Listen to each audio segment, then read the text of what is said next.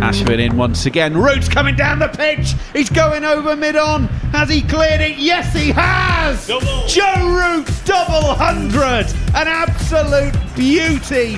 Over wide, long on. He takes his helmet off, kisses the England badge on it. He's got a huge grin on his face. 341 balls. 439 for 4, and Joe Root has almost half of those. Take a bow, captain, in your 100th test.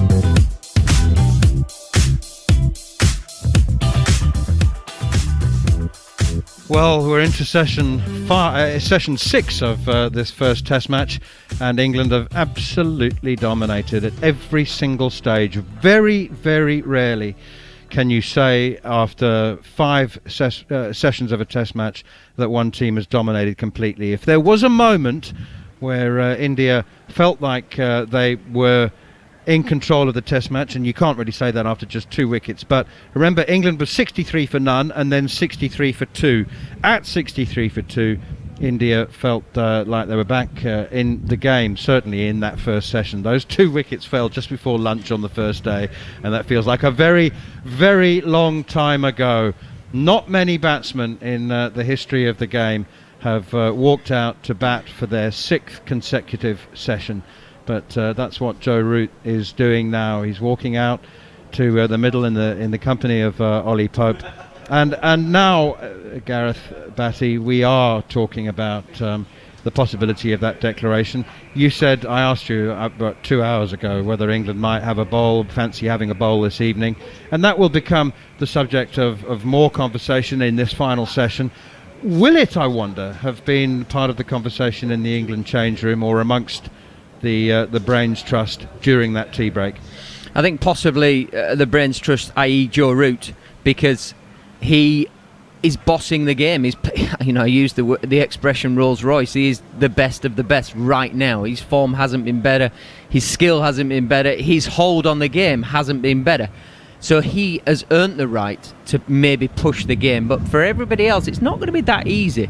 And it's a bit too easy, and we're putting too much pressure on Butler coming in next, to just say, oh, he'll come in and get a runner ball 60, 70. It's not going to be that easy. If anything, the pitch is going to deteriorate from now. Yes, it's still a very good surface.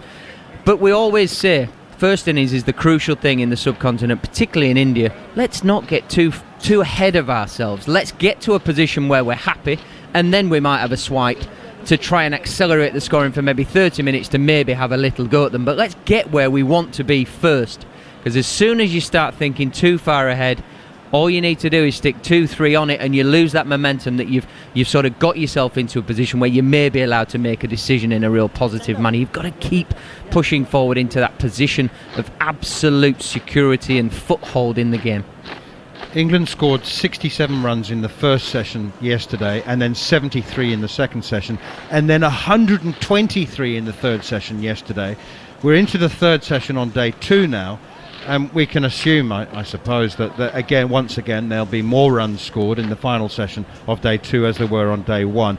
If Joe Root does get to I don't know what number, 270, 275, do you think that the prospect of a 300, a triple century, might become a distraction?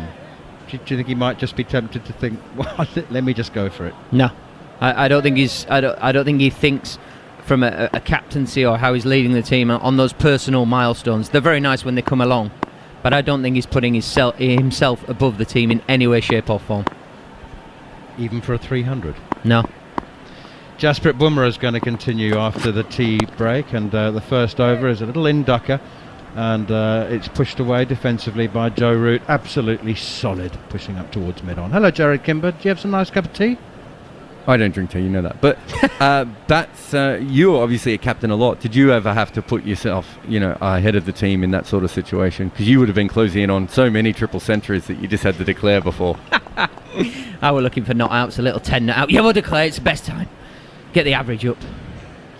Hey, Bats, I want to remind you of the test match against South Africa at St George's Park in Port Elizabeth a year ago. Remember Joe Root bowling? Here's Bumrah once again, and that's pushed up towards mid-on. and they go through. They don't go through for a single. They thought about it momentarily. Do you remember? Yeah. Joe had 4 for. Oh, it's another no ball. That's the alarm you can hear. But Joe Root had 4 for 30 odd, and bowled and bowled and bowled and bowled, and there was a 10th wicket partnership of 99, and he was being slogged all over the ground, but he desperately wanted that 5 for. And none of us begrudged him it, did we? I think it's different when there's a win there. But we're so far away from a win at this point. We're just in the strongest position in the game. I just think he would take a win over 300 as Test captain, because he's played a huge part in that. Whatever number it is, I don't think is that big a deal to him.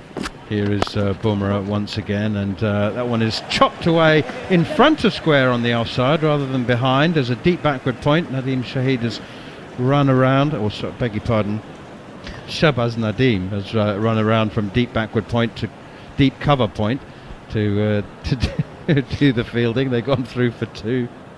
I played with Nadeem Shahid at Surrey.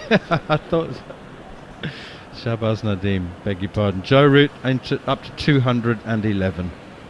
Extraordinary. 24s, 2 glorious 6s, the second to bring up his double 100. 90 singles. 90 singles. It's been a lot of work. It's not been a case of stand and deliver by any means. Here's Jasprit Bumrah again, full and wide outside the off stump, and it's left alone by Root. In fact, I've thought about it more. I think a personal milestone is a very, very nice thing, and he earns the right for that. But I don't think he will do it to the detriment of the team. I think is my final answer on it. Because if there is an opportunity for whatever score it is, then yes, you sometimes earn the right for that. And if it all marries up with the team, then yes, great, brilliant. Just had a graphic come on the screen that it's the highest overseas score. Here's Bumrah once again, pushed away defensively by Root. Sorry, highest score by an overseas player at Chennai, which goes past Dean Jones's 210 in the famous tied test, where Dean Jones had to go to hospital and was leaking all sorts of fluids on the field, and certainly played in a very unsafe physical condition. A lot of slogging at the end of his innings, if I remember correctly. As I recall, at tea on the 3rd day, Dean Jones said, I can't carry on, and Alan Border, the captain at the time, had a different view on his ability to carry on or not. He said, if you're too soft, we'll get a hard Queenslander out here in Greg Ritchie. It was one of the great innings, wasn't it? Dean Jones is 210, but this now the highest score. Here comes Jasprit Bumrah once again, and it's pushed out towards the gully, straight to the field and no run. When they took him to the hospital afterwards, I think the doctor said he shouldn't have been out on the field, and that it was very, very dangerous. It was touch and go for a while, isn't it? He was so dehydrated that he had double vision, he was blacking out. He told me he felt like he didn't have anything left to vomit. It was, well, as you said, it wasn't just vomit, was No, it? well that's what I think. Yeah. Everything had departed. In fact, he had nothing left to give. He was just dry. No fluids. Here comes Bumrah once again. Pushed out by Joe Root, past the man at cover, towards the cover point boundary. They go through for an easy single. 458 for 4. Perfect for all the listeners, just on a bowl of cornflakes and a coffee, talking about Dean Jones and his exploits in Chennai.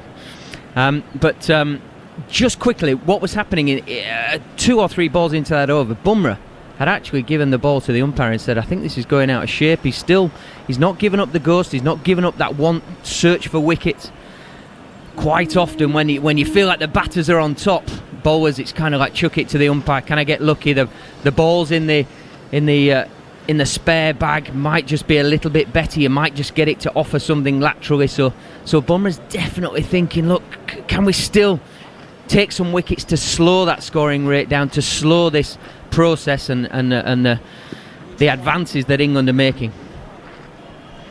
Listening to every single ball of this entire tour, not just the 4 Test matches here, live and exclusive on TalkSport 2. I've been compiling a list of all the records and milestones that Joe Root has been collecting during the course of this epic innings of 212. I'm not sure if it's been mentioned yet, but it is only the second double century by a touring captain in India, following the great Clive Lloyd's double 100 against India in Mumbai, Bombay as it was then, in 1975. I mean, these are very, very special milestones. As Ashwin continues right back deep into his crease now, Joe Root right onto the stumps, playing that off the pitch with the spin onto the leg side. Ashwin into his 42nd over, has 1 for 114. Back deep, defending once again, both feet behind the topping crease there. Joe Root playing the ball as late as possible and playing with the spin off the pitch wherever possible as well, as he does here once again, as he turns it out towards the captain Virat Kohli at mid-wicket. 212, Ollie Pope 24, only one man out today. Gosh, did he entertain, as he always does. Ben Stokes with 82. That one's a little fuller, it's drivable, and drive Joe Root does down towards long on. Fielded by Shahbaz Nadeem. Got one for you, Jarrad. Is it possible for the other guys who have had this achievement, is it possible to find out the strike rates and see where Joe sits see if the game's moved on from a strike rate point of view? Ashwin in again, and this time it's Ollie Pope who pushes it square of the wicket on the offside. Are you talking about the overseas scores at Chennai? Yeah. Yeah, I think Jones's might be a little bit quicker just because of that, the last 50 or so runs. Pushed away out square on the leg side, straight to the fielder once again. But I'll have a look for you. It was certainly, I mean, what was the third one on that list? Did you see what the third highest score was? Well, I think that overseas batsmen generally used to try and score quite quickly at Chennai, because I don't know if you've been to Chennai, but it is twice. It is the hottest place on earth. I don't understand how people live in UAE, Perth, or Chennai. Well, not this time of year. It's only a balmy 30 at this time of year, but Chennai at its hottest is absolutely man and woman melting stuff, and it's 45 degrees, which is why the stands have been redesigned and rebuilt, reconstructed in the way they have, with great big gaps between them to allow whatever sea breeze there is blowing off the Bay of Bengal, just to try and keep the crowd from melting in their seats. Right, Joe Root on strike once again, 213 not out, and the persevering, toiling Jasprit Bumrah walks, stutters, and then runs into his delivery stride, and it's turned out gently towards just wide of mid-wicket, where it's fielded by Shubman Gill. You were in Chennai 4 years ago on the last tour. Yeah, we were sort of, if the expression is correct, sort of out of it comfortably at that point, both physically, mentally, and 3-0 down in the series. I think it was 2-0 down in the series. Yes, it was. I suppose these sort of trips, if you're on the wrong end of it, they really do weigh you down. 460 for 4 now. Jasprit Bumrah looking for a third wicket. Got 2 of the 4 to have fallen. Oh, and that's a thick edge, and it's gone past, slipped out towards third man for 4. It wouldn't have carried had there been a second or third slip. There is only one slip, and he's pretty wide. He's trying to cover, that's the captain Virat Kohli. He's trying to cover first and second slip, but this wouldn't have carried, would it? It's an old and tired ball. Yeah, and it was a reasonable sort of edge as well from Ollie Pope. He got in a pretty good position, but it's so far outside his eye line. It's sort of a wideish ball that he's thrown his hands at. In the end, he did well not to try and throw his hands too much, which maybe just stopped it going finer as a nick. He sort of rode it almost with his swing. But yeah, I mean, that's not a good sign for the fast bowlers watching there. Well, so the ball is pretty old and raggedy now, and that one is driven firmly by Ollie Pope, but a good diving stop by Ashwin at mid-on, and there's no run. 464 for 4. So I'll go through the full list. Overseas batsmen in Chennai. So Joe Root now has the record at what's he on at the moment? 214. Dean Jones made 210. Gatting made 207. Matthew Hayden made 203, and the last one is Foxy Fowler, who made 201. Only Foxy Fowler's score is slower than Joe Root's. So I thought I might be onto something. I think, as I said, it's too hot to live there. You just have to smash the ball. Dean Jones' strike rate was 63. Bumrah in, looks for the Yorker. It's a low full toss and it's flicked nicely off his toes by Ollie Pope out towards deep backward square leg. And they go through for another single as Pujara does the fielding. 465 for 4. Gattings was 67, so he wasn't mucking around. Matthew Hayden was 63 as well. And Foxy Fowler, he was down at 49, and Root is currently at a strike rate of 58. So there's some big scores there. And Dean Jones was out there for 502 minutes, and Gatting was out there for 504 minutes. Foxy Fowler, 563 minutes. Amazing, because our perception of the game is it's in turbo mode compared to back in the day, sort of 80s, 90s, even early 2000s. Those guys might have just... Dean Jones certainly cashed in very late, so it's possible those guys were hitting out towards the end of their innings where I suppose Joe Root hasn't got to that point just yet. He's 214 not out from 365 balls. The strike rate of 58 is really nothing to be embarrassed about, is it? Here's Bumrah once again, bowls, and another in-swinger, late in-swinger, but he's losing pace now, not surprisingly, Jasprit Bumrah, and Joe Root has no difficulty at all in pushing it firmly but defensively up towards mid-off. Strike rate of 58. That's brilliant. Yeah. That's you striking it better than most people in say the long form of the game. Test cricket, yes, obviously the elite, but even first class cricket, that's still a healthy strike rate. Absolutely. Just having a look at the list of players who scored over 75, overseas players who scored over 75 here. Dom Sibley is the slowest. That doesn't surprise me. Here is Bumrah once again. It's just back of a length, and it forces Joe Root. Well, it doesn't force him. He chooses to play it off the back foot defensively up on the offside. I have to say, in so many ways, Jared and Gareth Batty, I think that's a badge of honour for Dom Sibley, to be honest. I mean, he's batted through the entire day of a first Test match, barring the last 3 balls. I mean, who cares really what your strike rate is? That's something to champion. Yeah, absolutely. I think as a young man, the way he held the innings together, he's allowed other people, particularly Stokes today, to come in and play in the manner that he did. It's all about understanding your role within teams, and it's a team sport. We have individual responsibility within that. No, absolutely. No, we champion how Dominic Sibley played. Interestingly enough, we've talked about continuity of selection from an England point of view in recent years. Ashwin continues, and it's turning towards leg stump, defended, no run, 465 for 4. Harmy just dropped it in my ear that Foxy Fowler was dropped 2 innings after that 200 he got in Chennai. What is that all about? Ashwin. Reverse sweep, beautifully played, delicate little touch from Ollie Pope. Such clever, soft hands. It was just a gentle reverse lap sweep. And he picks up a couple of runs for it. Moves into the 30s, 467 for 4. So I just finished a podcast series on Basil D'Oliveira, and obviously the politics around what happened with him. But it makes it so much harder to tell exactly what happened because of the sporadic nature of the selections. Ashwin, knee-high full toss, and he's gone for the pull shot, and he's got it horribly wrong. He's got a top edge over the keeper's head. Well, Ollie Pope completely perplexed and surprised by that rank full toss. So I said knee-high full toss, and he's looking to play it off the pitch. He's expecting Ashwin to land the ball in the danger area 19 times out of 20, and he suddenly gets a full toss, and he might have got out to it. Oh, this is when, as a player, make sure you get some runs now. Make sure you get over some milestones now, because fortune favours the brave. Well, the fortune is definitely with Ollie Pope there. Forward comes Pope, pushing the next one up towards mid-on. So that series I was talking about, Basil D'Oliveira, when he was playing against England, playing against Australia, so he was hoping to get selected for South Africa. 19 players England used in that series. Nudged away on the onside, no run. And he obviously played twice, so he was dropped and came back. And you're looking at some of these selections just going... So Ken Higgs, the Lancashire seamer, was averaging 21 in Test cricket, played a bad test, and they just got rid of him.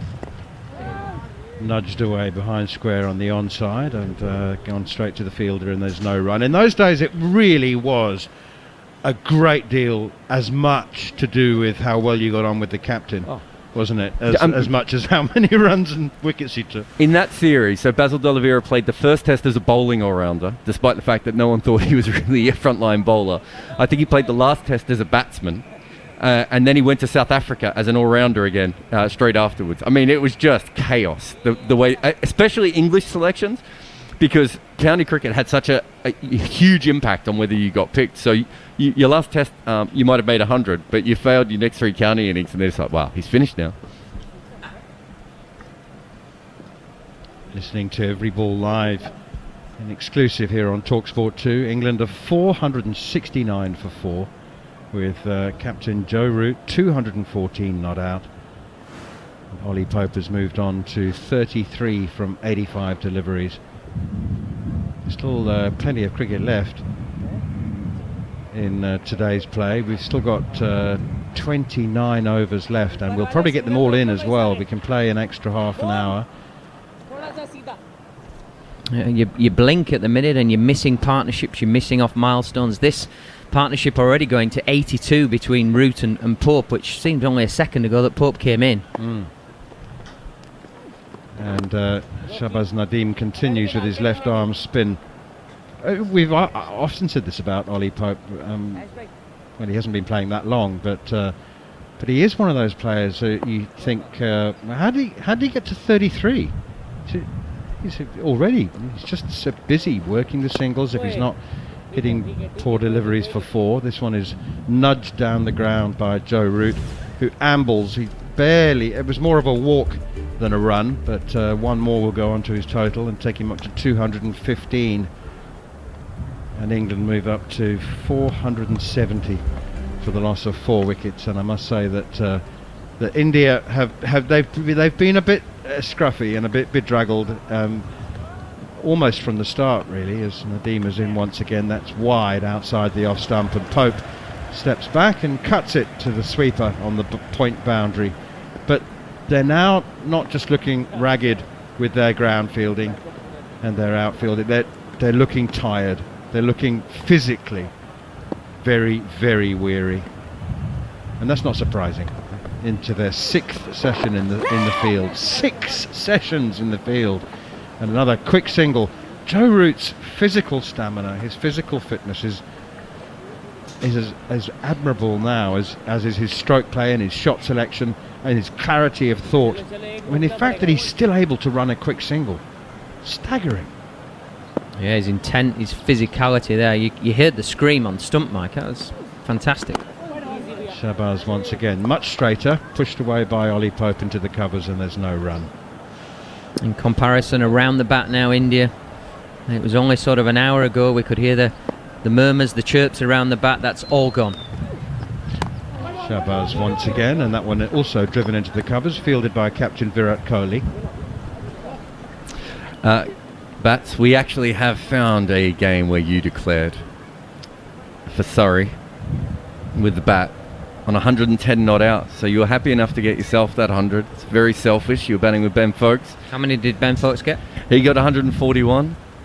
So you make sure you were enough past 100 that people weren't asking any questions. I was trying to get him to 150, but did we win the game or not? Yes, my friend. Yes, we did. And who got the wickets in the second innings? Yes, my friend. Thank you very much. It's the one and only time I'm put in some sort of good light. 100 not out and 6 for not very many. Thank you all. 472 for 4. Mark Nicholas for the next 20 minutes. Thanks, Manners. I'm still recoiling from Gareth Batty's all-round skills.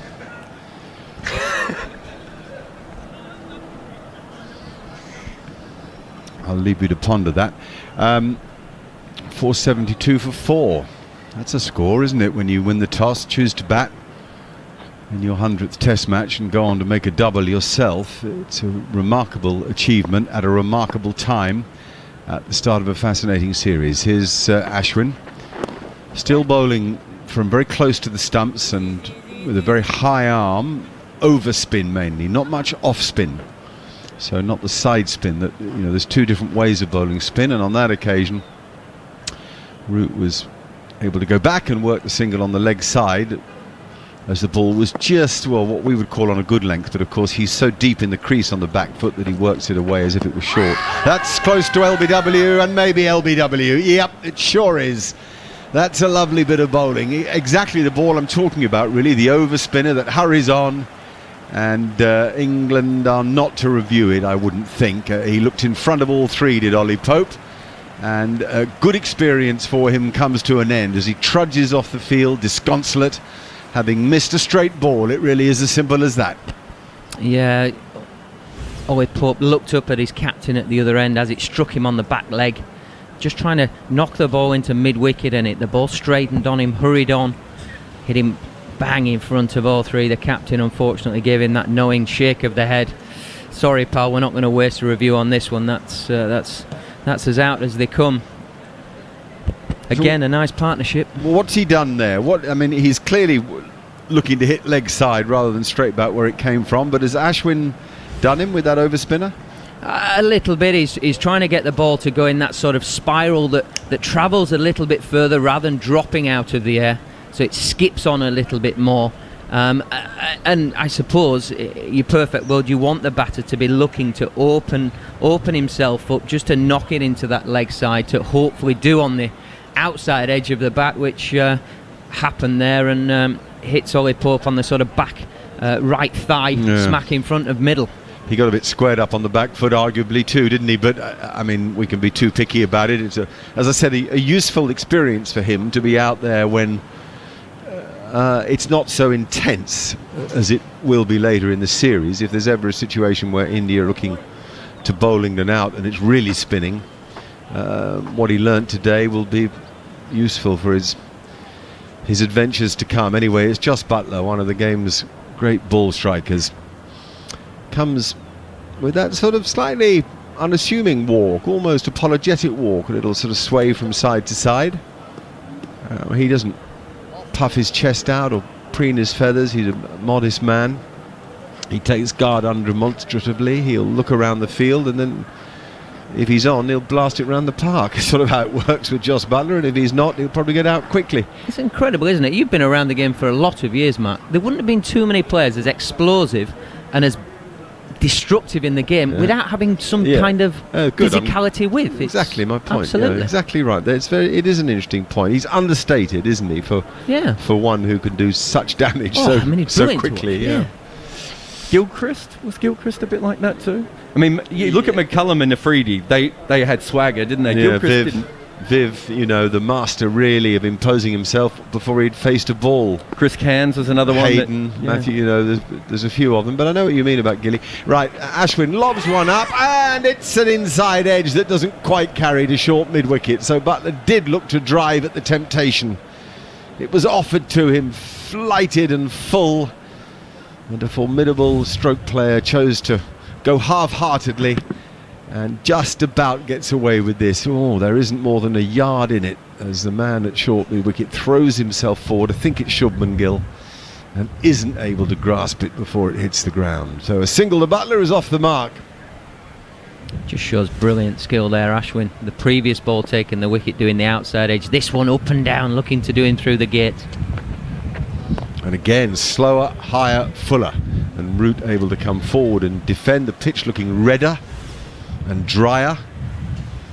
And you're beginning to get to that stage now where there's enough there for a really good bowling performance to make even the best players uncomfortable. It's still in the favour of the batsman, this pitch, no question. Down the pitch comes Root, a nice little movement of the feet. I've called them shimmies all day. That one had slightly bigger strides to it, actually, and he tried to get nearer to the pitch of the ball, but was done by Ashwin, who probably saw him coming. Just enough there, I'd say. Yeah, there's something to work with. It's just enough to put some doubt in a batsman. And now a full ball that Root just leans on and knocks to square leg like an old pro used to do. Come to my side, but there's no run that comes from it. 217 for Joe Root. He's faced 374 balls, and his high level of concentration has been a feature of that innings, along with his elegance, of course, as a batsman. Pope went for 34 from 89 balls. The first 20 of them were scrappy, the next 20 of them pretty good, and then he got stuck a bit and was trying to find a way to work the game in his favour, and in the end Ashwin got the best of him. 2 for Ashwin and 2 for Bumrah, to go with 1 for Shahbaz Nadeem, who got Ben Stokes, caught it deep back with square leg after a sparkling performance from Ben Stokes this morning. He made 82 in 118 balls, particularly strong down the ground and over mid-wicket. So England 474 for 5. Given Root said overnight, I'd like to be able to go on and get 600 or 700. I don't suppose we will see a declaration, should that be in his mind. I mean, England might well be bowled out, but there's a lot of talk about would England declare at 550. What you want to do is give yourself 2 chances. I think that's the important thing. We'll explain that in a second. Here is Shahbaz Nadeem bowling very orthodox, left arm round the wicket, finger spin. We don't see much spin off the straight. He did when he bowled over the wicket into the rough, spin it to the left-handed Stokes. And there he gets one to hurry on with the arm, and Buttler gets another inside edge for a single. It just shows you how fragile we are. Here's Buttler, the most marvellous natural batsman, and his 2 runs have come off inside edges. Lucky runs. We haven't seen Joe Root get anywhere near his inside edge and have a bit of luck for hours, have we? He's just picked up length so quickly, Root, hasn't he? He's defended straight down the wicket. When it's fuller, then you can turn it, but when it's a good length, and I suppose the Pope dismissal shows it, you've got to respect that and play with the full face and not look to be turning the ball. Well, the picking of length is part of the art of batting. That helps take your feet to the right place. Shahbaz again, Root is back and finds that space. His bread and butter, really, back and pushing through the covers from the back foot, sort of part cut, part drive. Steve Harmison's getting headphones on. I'm sure you're supposed to be part of this little session. I miss you anyway, Harmy. Are you well over there? Yeah, very well. I'm enjoying watching the England captain just keep on runs going. nicely. Keep on going. Keep on going. Route 66 to a double 100, and there's a better single from Buttler, who got right into line there, waited for the ball and then knocked it away just behind square, and Shahbaz will be kicking himself for giving Buttler that ball and therefore the chance to get off the mark. Yet it is fragile, this game. You watch Root bat, you think that he might never get out. Then suddenly he'll nick one and he'll think, gosh, he could have got out at any time. It was a bit like Dom Sibley last night, who suddenly missed a straight ball, albeit a swinging one, possibly because he was looking to defend for the close of play rather than score off it. It was a single out on the offside for Buttler, who goes to 3. Root has 218, is on strike now. He's 477 for 5 is the England total. No, they asked for LBW. Oh, he's given it out. He's given it out. He'll definitely review that. That looks to me like it might be drifting down the leg side. Root was well forward, trying to work the ball through square leg. And I'll be fascinated to see the replay of this and to listen to DRS. Director, play review for LBW. Root has reviewed. Decision is out. It's a fair delivery. Spin vision, please.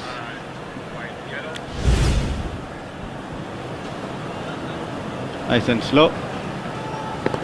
Yeah, ball passing very close to the bat. Can we have ultra-edge, please? Well, it's closer than we thought. Could be hitting leg stump.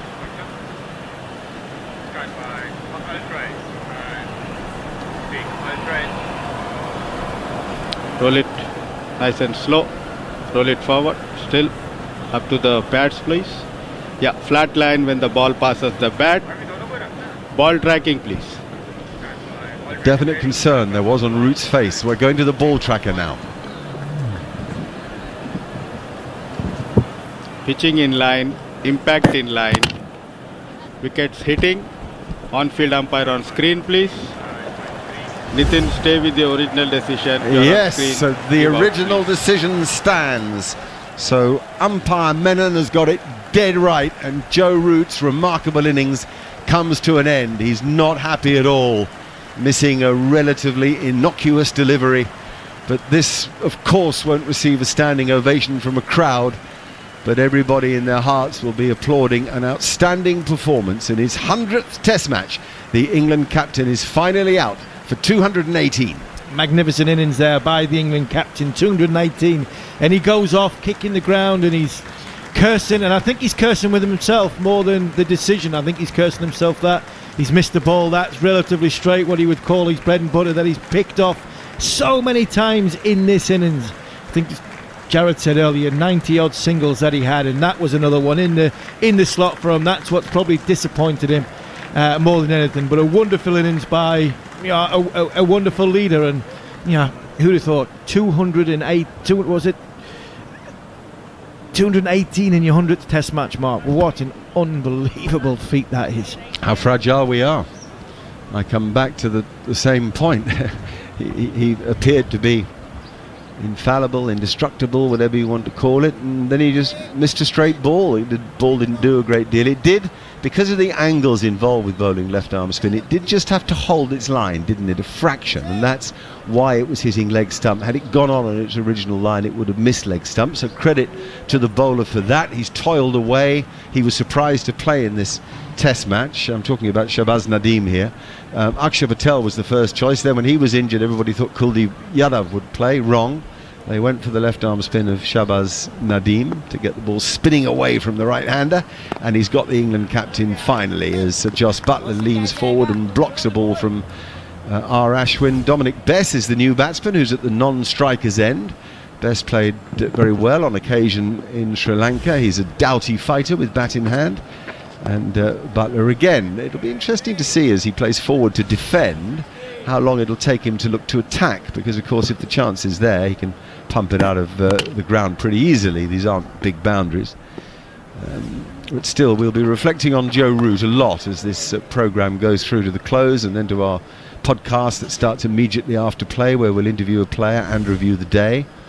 And a lovely moment. Actually, TV is showing the lovely moment right now as I mention it, because Virat Kohli went straight to Joe Root to shake his hand, patted him on the back and congratulated him on what has been an epic, frankly, one for the ages.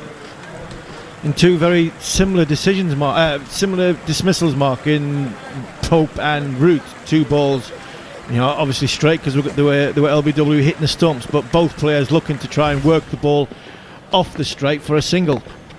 Yes, as Bess goes forward for his first ball and knocks it down to mid-wicket for no run. Yes, the value of bowling a full length. Yes. And being able to hit the stumps with that length. And so therefore, you miss, I hit. It was ever thus, as Bess drops this to short leg off quite a thick inside edge. He's well on the front foot there. As I say, he's a doughty fighter with the bat. He looks a batsman. And again, half forward this time, actually, not fully forward, and a pretty comfortable piece of defence. So at the end of that Ashwin over, 478 for 6. If you were with us a moment ago, you'll wonder why Pope and Root aren't in. Well, they were both given out LBW. Excellent decisions by the umpires. Pope's a pretty straightforward one, and Root not so straightforward, but well judged by the umpire and backed by the technology in the third umpire. So England's card: Burns 33, Sibley 87, Root 218, Stokes 82, Pope 34, Buttler not out for, Bess yet to get off the mark, Archer, Leach and Anderson the men to come. The wickets shared around, 6 down and 2 each for Shahbaz Nadeem, R. Ashwin, the two spinners, and of course for Jasprit Bumrah. His Shahbaz Nadeem to bowl again, and that's nice. A little bit of flight and curve on that, trying to get it up there and to curve in and then spin away. The magic of the spinner. As we welcome TalkSport listeners to join listeners from TalkSport 2, and on that subject, as Shahbaz bowls again, it's a block for no run. Delighted that so many people have either found the app or located us on DAB. I know some friends of mine have been saying they've been listening this morning and hadn't managed to fathom it yesterday, so that's good news. TalkSport 2 in the main, but now a little simulcast with TalkSport itself. A good way is to download the app. It's really very easy once you've done that, but I know that seems odd to listen to radio, but that's a good way to go. A single there for Buttler, pushing it out onto the offside with just a nice little use of the hands actually to open the blade of the bat. So the first 2 runs he made were off inside edges, and since then his 3 singles have all been off the middle of the bat. Dominic Bess looks around the field. Look for the gaps, not for the fielders. That's what they say, the greats. Look for the gaps. Nice looping spin. You can always tell when you get that springy bounce that you've got a nice dip on the ball. It means that you've bowled it up, and then it dips down and hopefully spins as well if you've got the seam in the right place. And there's Bess off the mark. The ball a bit too straight from Shabazz, and it's worked away towards square leg, where the man back had to sprint in actually to stop them, potentially at least searching for a 2.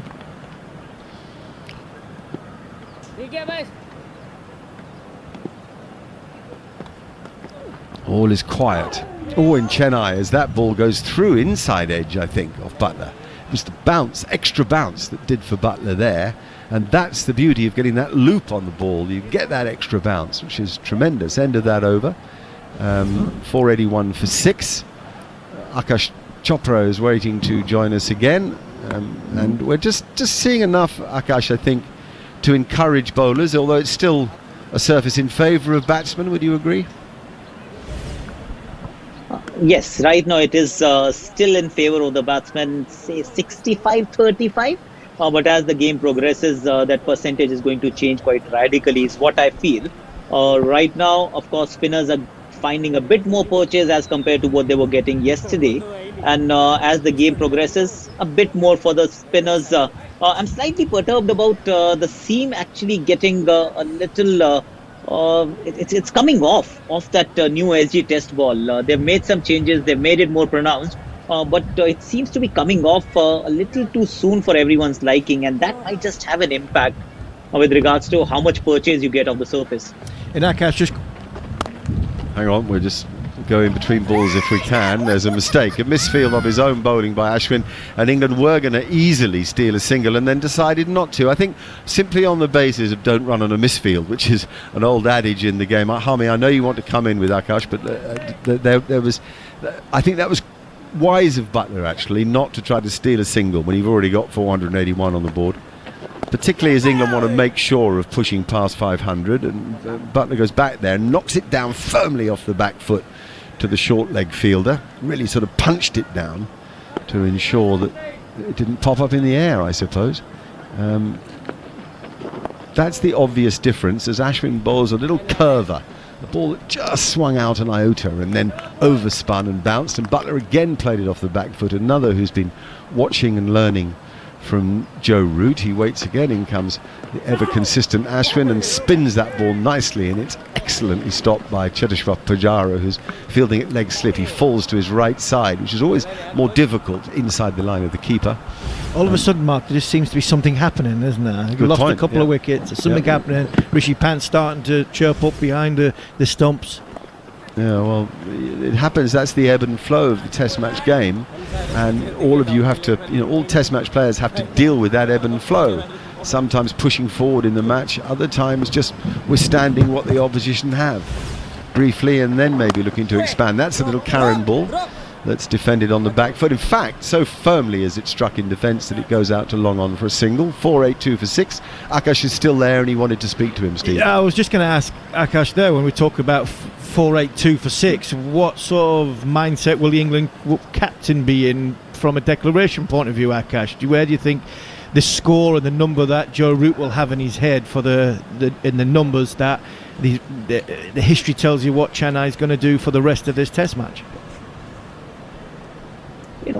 Anything over 550, I think, is a luxury. But Joe Root was quite emphatic in his observation and his opinion yesterday. He said we'll bat as long as possible. 650, 700 is also something that he mentioned. Of course, they may not reach that far, but I think 550 plus will be a very handsome score on this surface.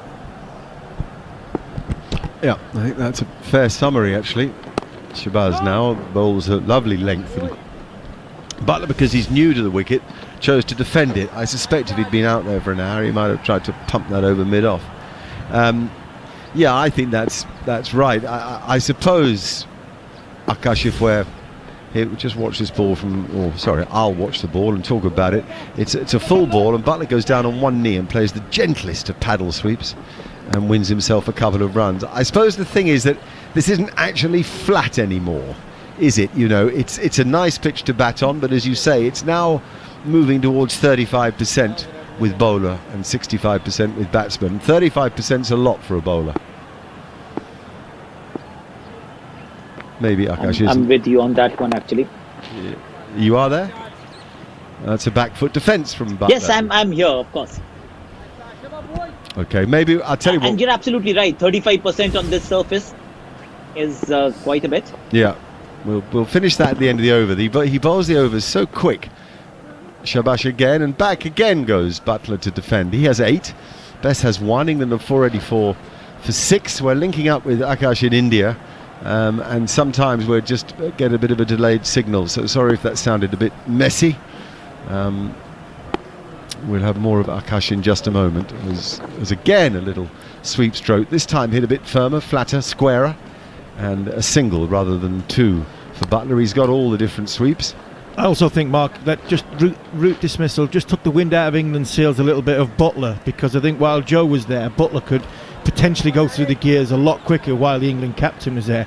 2 batsmen on low scores, just maybe rein Joss in a little bit to try and give himself a little bit more time before he becomes explosive. Last ball of the over, down the pitch comes Dom Bess, gets a single. No, he doesn't. He decides not to take the single to mid-on, and so it's the end of a tidy over. 485 for 6, Bess 1, Buttler 9. Akash, if you just finish on that point about the pitch not being fully flattened, then I'll be handing to Andrew McKenna. Yes, it is a pitch that's on the slower side, which basically means that run scoring is not going to be easy. Joe Root scored a double century, and out of which only 3 boundaries were hit against the Pacers. So that tells you that ball is still not coming onto the bat that nicely for you to be a free-flowing stroke maker against pace. Of course, against spin, you need to force the issue a little bit. You can sweep, you can use your feet and all of that. But as the game progresses, there will be uneven bounce. There will be a bit more turn. We will see some disintegration with regards to the surface, and spinners will have a bigger say as the match progresses. Akash, just quickly, do you think India will take the next new ball? Ashwin is going to start this new they should. over, and Buttler will just play back down the pitch, and there is no run.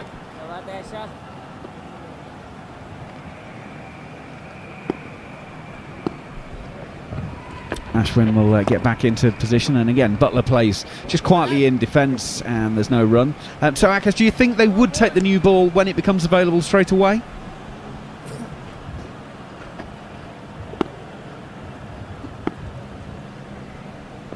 I think we might have lost Akash at the moment. Ashwin goes in, and this one is a straight ball. Jos Buttler takes it off round about middle stump and plays it to Shubman Gill at short leg. 485 for 6 are England here on TalkSport 2. The skipper has gone. Ashwin goes wider in the crease to Buttler, and he turns this around the corner to short fine leg, and there is no run. Steve Harmison with myself, Andrew McKenna, on commentary at the moment. Remember, you can get your questions to Harmy for the Close of Play YouTube show. Use the hashtag AskHarmy. Ashwin goes in, that's leg side-ish. Buttler turns this to short leg, and it's fielded by Shubman Gill, and there's no run. So yeah, head to TalkSport's YouTube channel at Close of Play. Steve Harmison and John Norman are there to bring you all the reactions to the date. Send your questions using the hashtag AskHarmy. Jos Buttler will just turn this one to end the over to square leg, and there is no run. So let's just recap that question that Harmy asked to Akash a moment ago. Do you think India would take the new ball once it becomes available or not? Bearing in mind, it looks like Ishant Sharma is now having a conversation with Virat Kohli. India should take the new ball is what I feel, because for 2 reasons. One, of course, India must always believe that they can dismiss the last 4 batsmen. Buttler is there, but then Leach, Jofra, Anderson to follow. You should fancy your chances of picking those wickets. And it's not just for the faster bowlers. Ravichandran Ashwin will also enjoy bowling with the new ball because of the hardness and the more pronounced seam that the new ball will have. So they may wait for an over or 2, but I would feel that the right decision will be to actually take the new ball maybe 2 or 3 overs into when it's available.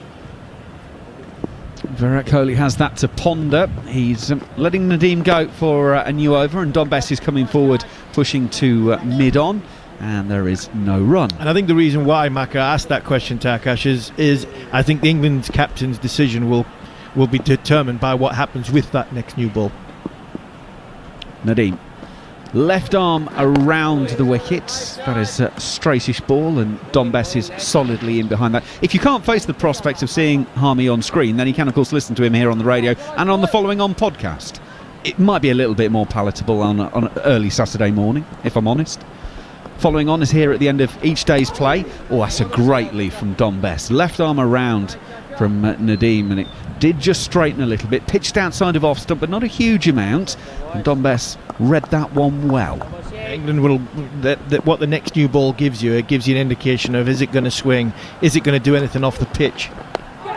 This occasion, Bess, that seemed to come very high, maybe off the splice or close to the handle of the bat, and it seems to have gone. Well, it's actually Rohit Sharma in at short leg at the moment, and I think that might have gone through his hands.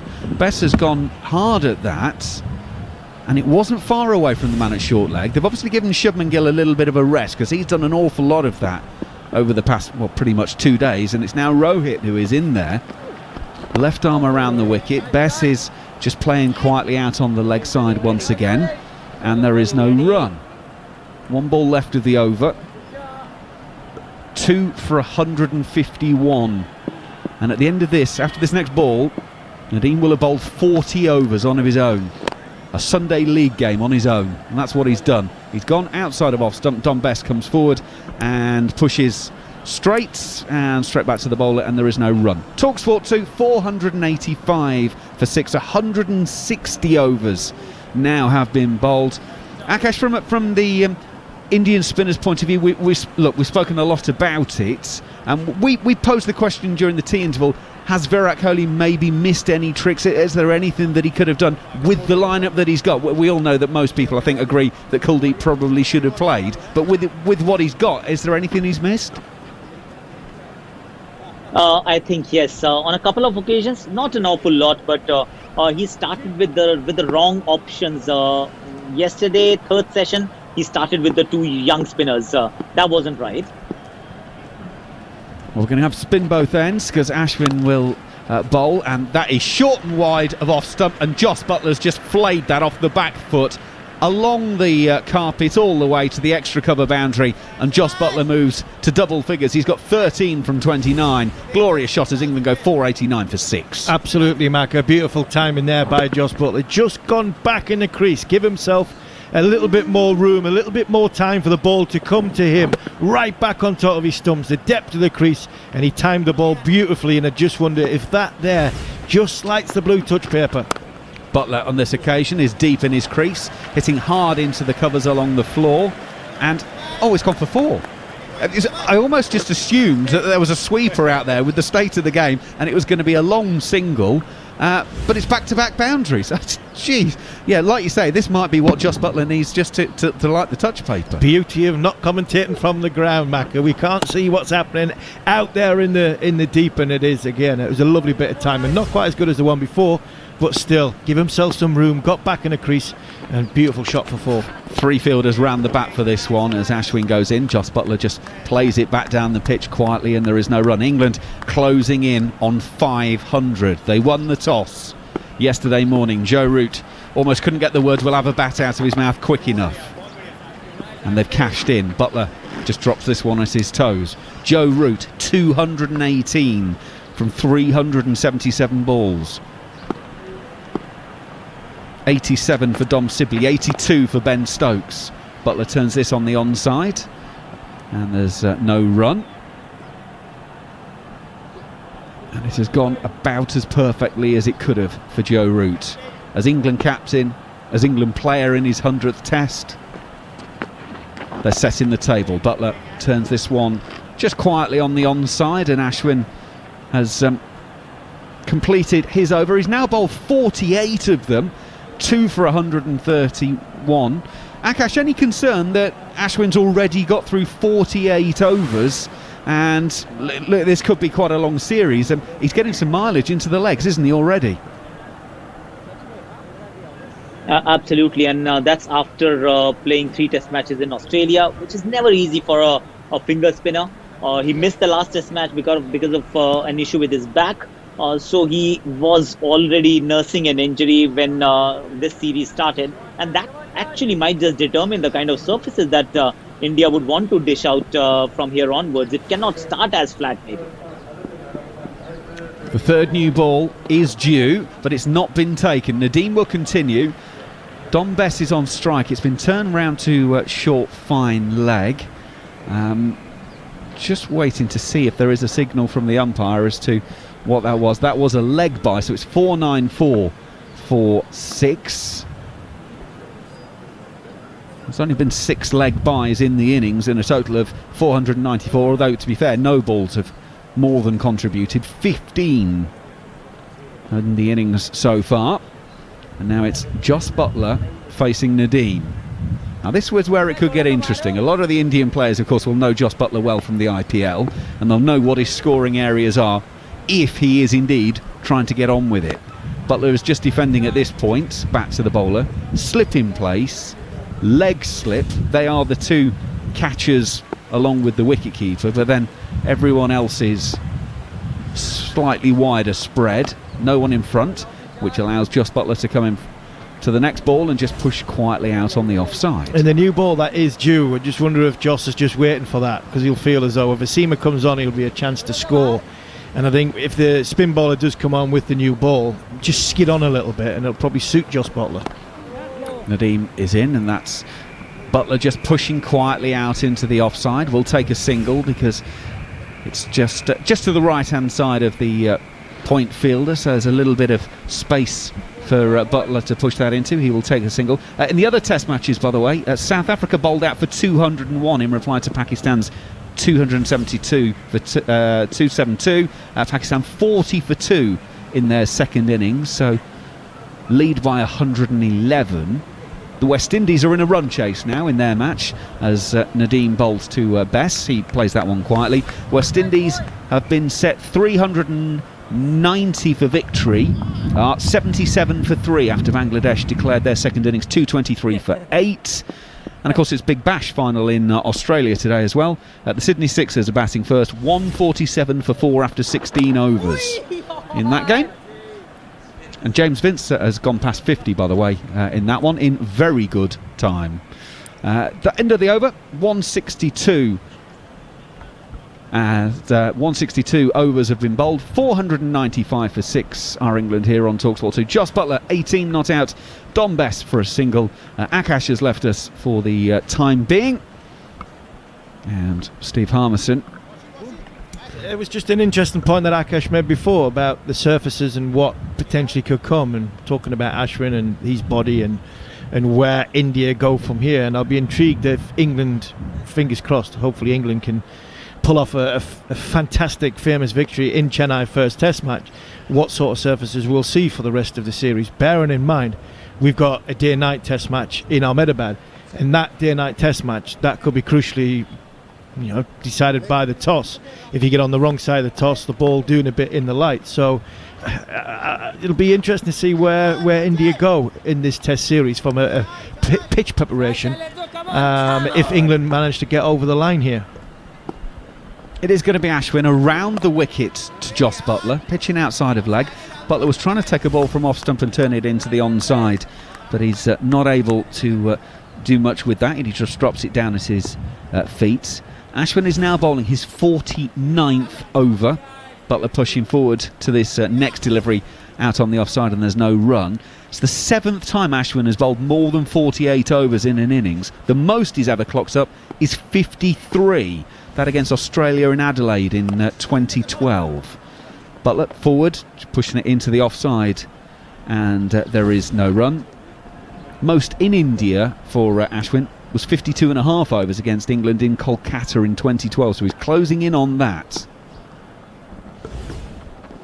Ashwin around the wicket. Buttler has no signs of trying to open the tank at this stage, just pushing back down the pitch. No run. The TV company marker on the split on the screen, they've got a split screen of Ashwin 5 years ago and what he's like now.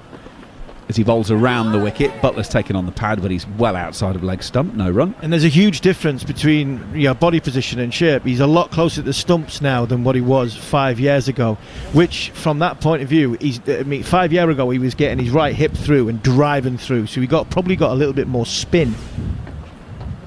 He's around the wicket, and Jos Buttler is aiming a drive at that one. Doesn't. It seems to grip and bounce. Actually takes him on the body and just drops down. But that is the end of the over. It's 495 for 6 England here on TalkSport 2. And the difference between 5 years ago and now is he's a little bit closer. His front foot is a bit closer to the stumps, which means he's a lot more blocked off, where before 5 years ago his right hip could drive through. He could get over the top of the ball, which made him probably spin the ball a little bit more and then control his pace a little bit better. Now, the way he is now, it looks as though he's possibly just protecting something, which goes back to what Akash was saying. His knee, his back, he's not getting any younger. He has remodeled his action for the way his body's allowing. Nadeem will bowl left arm around, and Dom Bess is just coming forward and dropping into the off sides. 1 from 16 balls faced is Dom Bess. As Nadeem is in his 42nd over. He's got 2 for 152 in the innings. Bess is coming down the pitch. He's having a bit of a wild slog at this one, is probably the best description at it, and doesn't time it, and ends up clothing it to mid-on, and there's no run as Jasprit Bumrah fields. A good old-fashioned hack is the best way to describe that. No damage, 1 bounce into the fielder's hands. Good intent. Nadeem around the wicket. They've now got a silly point in for Dom Bess. Bess is pushing this one back down to the bowler, so it's a slip and a silly point are the close-in fielders around the bat.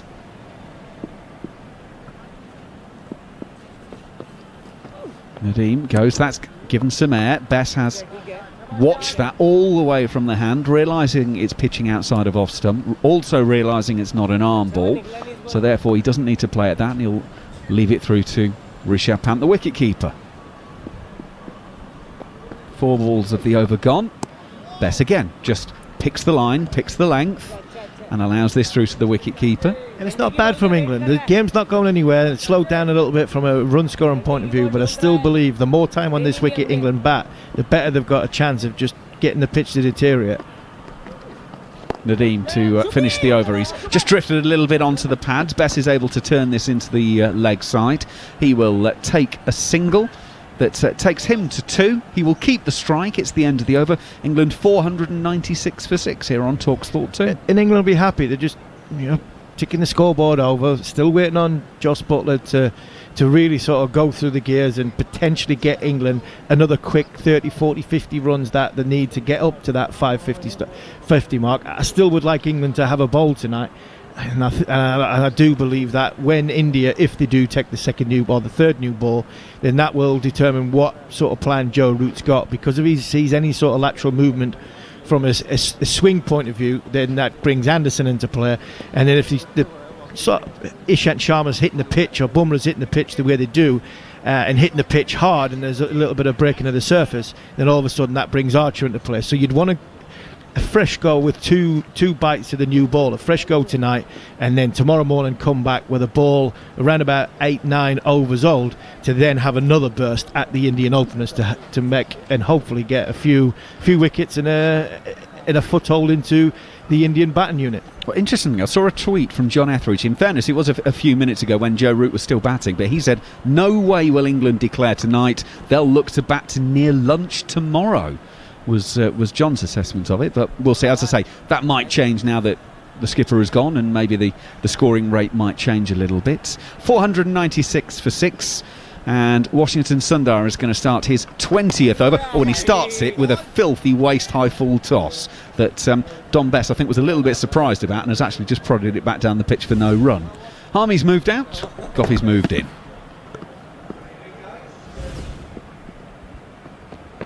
Sundar is in. On this occasion, it's a more regulation delivery that Bess is just pushing back down the pitch for no run. How do, Goffey? Yeah, how do? Good come back from India. Needed a couple of wickets, didn't they? So they've got the 2. I think it takes out of their hands now when he's talking about batting till tomorrow lunchtime. Sundar is in. It's a little bit of foot movement there from Dom Bess, who comes down the pitch to meet it, clips it to long on. Ashwin will do the fielding for a single, and Jos Buttler's back on strike with the score 497 for 6. I think he's got it slightly wrong there, John, if he thinks they're going to bat till tomorrow lunchtime. I think the way England are going to bat now, what they're going to do is just try and push it around, the odd one, 2 and over. They're going to go and score as quickly as they can and get as many runs as they can. Whether that means they get 6 overs tonight or whatever, and try and get as close to 550 as they possibly can. We'll see where we go. I mean, in fairness, as I say, that was about 20 minutes, half an hour or so ago when it was still Joe Root at the crease. So maybe things were a little bit different then. But they are closing in on 500. 497 for 6 as Butler's there and he's caught behind, is he? They're pleading with umpire Chowdhury to stick his finger up. Sundar can't believe it. They think it's brushed the outside edge and a regulation nick through to Rishabh Pant. No reviews left, of course, and the bowler is down on his haunches, middle of the pitch. Can't believe his luck. Jos Buttler is 18 not out, and England are still 497 for 6. And there's people wandering around. There's some good old-fashioned double teapots going on. Now we get the replay. Butler's come forward. Oh, that looks like a regulation nick all day of the week and twice on Sunday. Do you know what I was just going to say? The umpires, I think, have had a pretty good game so far. But that one, it did look like it just caught the outside edge. Well, that's why I do have a bit of a thing about way teams use reviews. Butler's getting the next delivery. Oh, and it's beautifully played into the offside. Jasprit Bumrah's after that. Looks like he's got diver's boots on, and it will trickle away and go to the boundary for 4. And that is 500 for England. That will rub salt into the Indian wounds. 22 for Butler. 501 for 6 with 1 ball left of the 165th over. To be fair, Macca, I'm not sure how many teams 164 overs in would have their reviews left. But my point is, they're not for trying to burgle your best player an extra innings. They're for correcting howlers. Well, and I can tell India you this. have burned them earlier. Butler will play the forward defensive to complete the over. That's 165 gone. 501 for 6. You can carry on debating that week off. I'm moving out for Neil Manthorpe. Recently, they released a whole lot of data about DRS, and the best batsmen don't usually use it. That's not true. In fact, the tail enders use it quite a bit because they're left at the end and there's one there, so they just take it. So it's generally the tail who use it more than the top order. But I think in this case, if you're 160, they've taken a couple of flyers with it, but I don't think that they've taken it badly for how long we're into this innings.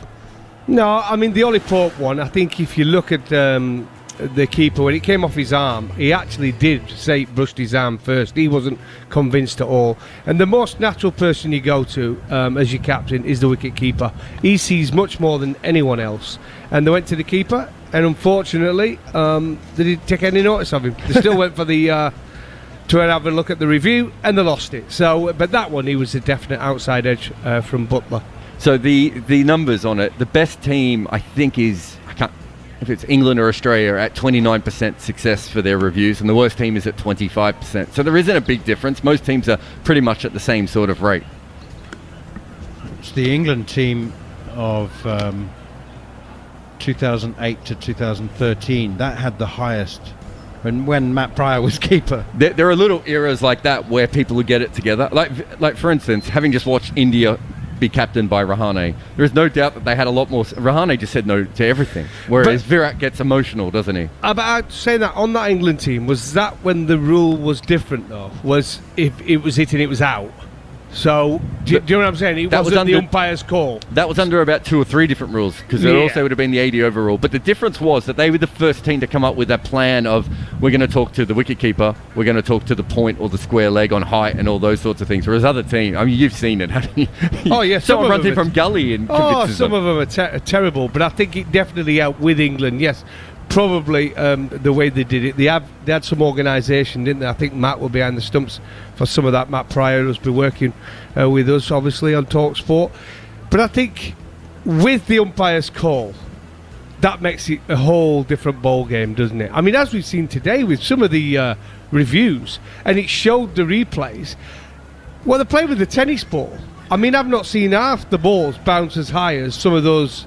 It's shown on the replays. I've not been able to believe it. You know, the biggest change was when you retained your review on an umpire's call. When you used to lose your review, even if it was on umpire's call, teams were a lot more reluctant to try and burgle a wicket. You know, they just try and you review out of desperation. You didn't used to do that when you would lose a review.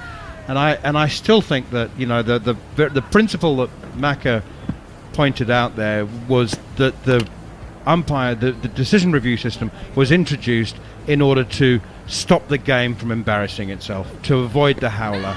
And if you go back to that, then I agree that Virat Kohli's been a little emotional on 2 out of the 3 reviews that he's used up. Yeah, I think umpires call, reviewing on umpires call, we're basically reviewing on the decision itself, on the appeal. So I think that makes a lot more sense of the way that we do it. I think the worst decision we ever had was the 80 over rule, where they were resetting at the end of 80 overs, and you just had teams absolutely reviewing anything between the 60 and the 80th over, and it was complete. I think we're fairly close to a good system now. There are reasons why we do what we do, but I think we're getting there, and we've had it for a long time. We should be pretty good at it by now. Shahbaz Nadeem, left arm around the wicket to the right-handed Dom Bess, punches it out into the offside, and there's no run. Well, just lastly on that one, the Virat Kohli one, where there was literally less than a second left. It was a panic one, wasn't it? Because he didn't want to be the captain that missed out, and they went for it. Dom Bess comes down the wicket now and drives the left-arm spinner over the top of mid-off. He didn't, a little bit toey, that one, a little bit off the toe end of the bat, but he got enough on it to clear mid-off, and he's picked up 4 runs. Bess, I was just about to say, he must be in now, must be thinking about scoring runs, and that's exactly what he's done. Oh, well, we're just having a look at the replay of Jos Buttler's non-dismissal on 18 when he was caught behind by Rishabh Pant off the bowling of Washington Sundar. We've just finally got round to seeing a replay with the Ultra Edge, and I wouldn't say he smashed it, but it's I would. Fairly prodigious nick, isn't it? He can't be complaining when he gets a shocker at some point, because he just got away with one there, old Jos. Dear, oh dear. No, it's a thick outside edge. Off the back foot, defending now, Dom Bess remains on 7 from 27 balls. England are 505 for 6. Just a reminder, by the way, that in the first test of the last series in India between these two teams, here is Nadeem once again outside. That was a quicker one. That was pushed through there, left alone by Dom Bess. England made 537 batting first in the first test in Rajkot. That game ended in a draw. So don't take anything for granted. And here is Nadeem, and that one has gone through, and it might have been off an inside edge as well. There was a definite noise. It was another one that drifted into the right-handed Dom Bess. No spin, and byes are called. So the noise that we heard was a deflection off the wicketkeeper's finger, perhaps. It sounded nicky, but it wasn't off the bat, clearly. Byes signalled by the umpire, or at least that's what his verdict is, and that's what goes in the scorebook, so we won't put it down as a missed chance. England 506 for 6, Dom Bess 7, Jos Buttler 22. Joe Root gone for 218. I tell you what, it's a dream start for England, really, when you consider 160, winning the toss and batting. They've been out there now 166 overs, 506 for 6 on the board. A few of their players are getting runs, which is great for confidence moving forward in the series. Pushed down the wicket now as Washington Sundar continues. And it'll be interesting this next 10, 15, 20 minutes how England play. I think Dom Bess is going to try and use his feet. I think we've seen that from the short time he's been at the crease. Sundar in once again, and that one has again just slid straight on, didn't turn into the right-handed Dom Bess. It's just gone straight on, hit him on the back leg, high up on the back thigh pad. Yeah, it has. It was going over the top of the stumps, but it's a nice bounce from Washington Sundar, who is over 6 foot and has a nice high arm action. This time Bess uses his feet, turns it through the leg side, past Shubman Gill at short leg. Rohit Sharma. Ooh, senior pro's gone in at short leg. He's still in a position where you don't have to run much, though, isn't he? Oh, Rohit. He gets himself in some good positions. Slip, gully, or short leg. He's in. He's a quite substantial target there at short leg as well. He'd be hoping to catch a rebound off some part of his body if he can't get his hands to it. And this time steered again way behind backward point, just for a gentle single. Dom Bess moves on to 8. Jos Buttler has 22. We're into The 167th over of this England innings. 507 for 6. Oh, and that one is turned away behind square on the leg side, past leg slip. Virat Kohli stuck his right hand out. I think that's come off the bat, actually. It's gone very quickly off Jos Buttler. Yes, indeed. Well, that's very well bowled by Washington Sundar, because he's put a little bit of extra pace. He's bowled that with some power, and it's gripped and turned, and Jos Buttler's inside edge has just gone past Virat Kohli at leg slip. Had he been finer, it would have been a regulation shin high catch, but it's just gone a bit too fine, or maybe leg slips too square. He had to go straight in at the pace he was travelling when he, like I say, he was a little bit quicker from Sundar. Here is Washington Sundar again, and Buttler pushes it behind square, this time straight to backward point, and the call of no comes from Dom Bess as the over comes to an end. That's 167 bowled in this England innings. 511 for 6. I mean, it's exhausting thinking about spending 6 consecutive sessions in the It's field. hard work. It's hard work for the fielding side. It's hard work for the batting side. Joe Root will be absolutely exhausted. He's been out there a long time for that innings of 218. He'll be tired and jaded and getting some rest before he has to go out and, well, he'll be up and he don't have to field for a long time, unless they make them follow on. And it's hard for the players. These guys have been out there now for nearly 2 days. They might have to go out and bat the opening batsman, so very difficult. Cricket's not an easy game. A lot of people who don't know much about the sport always say, but they're quite lazy cricketers, they don't have to do much running. Now then, the left arm spinner continues. Shahbaz Nadeem, and it's turned away on the leg side straight to the fielder. So having a look at the number of overs bowled, Ishant Sharma, Jasprit Bumrah, the 2 new ball bowlers, the seamers, have bowled 23 and 29 overs respectively. Ravi Ashwin's bowled 49. Shahbaz Nadeem has bowled 43. He's into his 44th now. England 511 for 6. A total of 167 overs bowled now. Here is Nadeem once more, down the leg side and turned very fine by Dom Bess. Very cleverly played. Nice soft hands. It was heading down the leg side anyway. All he knew is that he had to get something on it. A finer touch the better, and it was a very fine touch, and it might even have been off the full face of the bat. I think it probably was, actually, and it's run all the way down to the boundary for 4. He's actually quite close to being considered all-rounder material, isn't he, Dom Bess? I mean, he's a very good, decent number 8. Just on the distances of the players covering cricket matches. Nadeem again, that's too wide outside the off stump, and is chopped away behind square for 4 more by Dom Bess. Successive boundaries, back-to-back 4s for Dom Bess, takes him up to 16. England 519 for 6. I've never seen it for a test player, but for South Australia did it. They put those catapult things on the back of the players for a while, and their fast bowlers were doing anywhere between 18 kilometres and 25 kilometres per match, and that's a 4-day game. So if Nathan Lehman's listening, he can maybe send us the stats on what English fast bowlers do. But it's why John Buchanan tried to make Jason Gillespie into a slip fielder and a gully fielder, because they realised how much those ground those guys were actually covering. Interesting. Nadeem in once again, driven down the ground, and it's clattered into the stumps at the non-striker's end. Super use of the feet from Dom Bess, and a beautiful straight drive, 2 straight as it turns out. Yes? That's not the case for Rohit Sharma. I'm pretty sure he's just done the 1 kilometre so far. That many? Well, he did have to bowl a couple of overs, didn't he? There's a couple of steps in that. The most number of overs bowled in a single innings, by the way, by our esteemed commentary panel. Here is Nadeem once again. Top of the list, as you would expect for a spinner, is Gareth Batty with 45 overs in a first-class game. Second on the list, that's a no ball, another no ball. It's growing on me, that noise. This is a plague of no balls from the Indian spin. Second on the list, you may be surprised to hear, is Steve Harmison with 43 overs in an innings against Pakistan in Lahore. 43 overs in an innings. What were you thinking? He started sweating just remembering it. Well, who was skipper?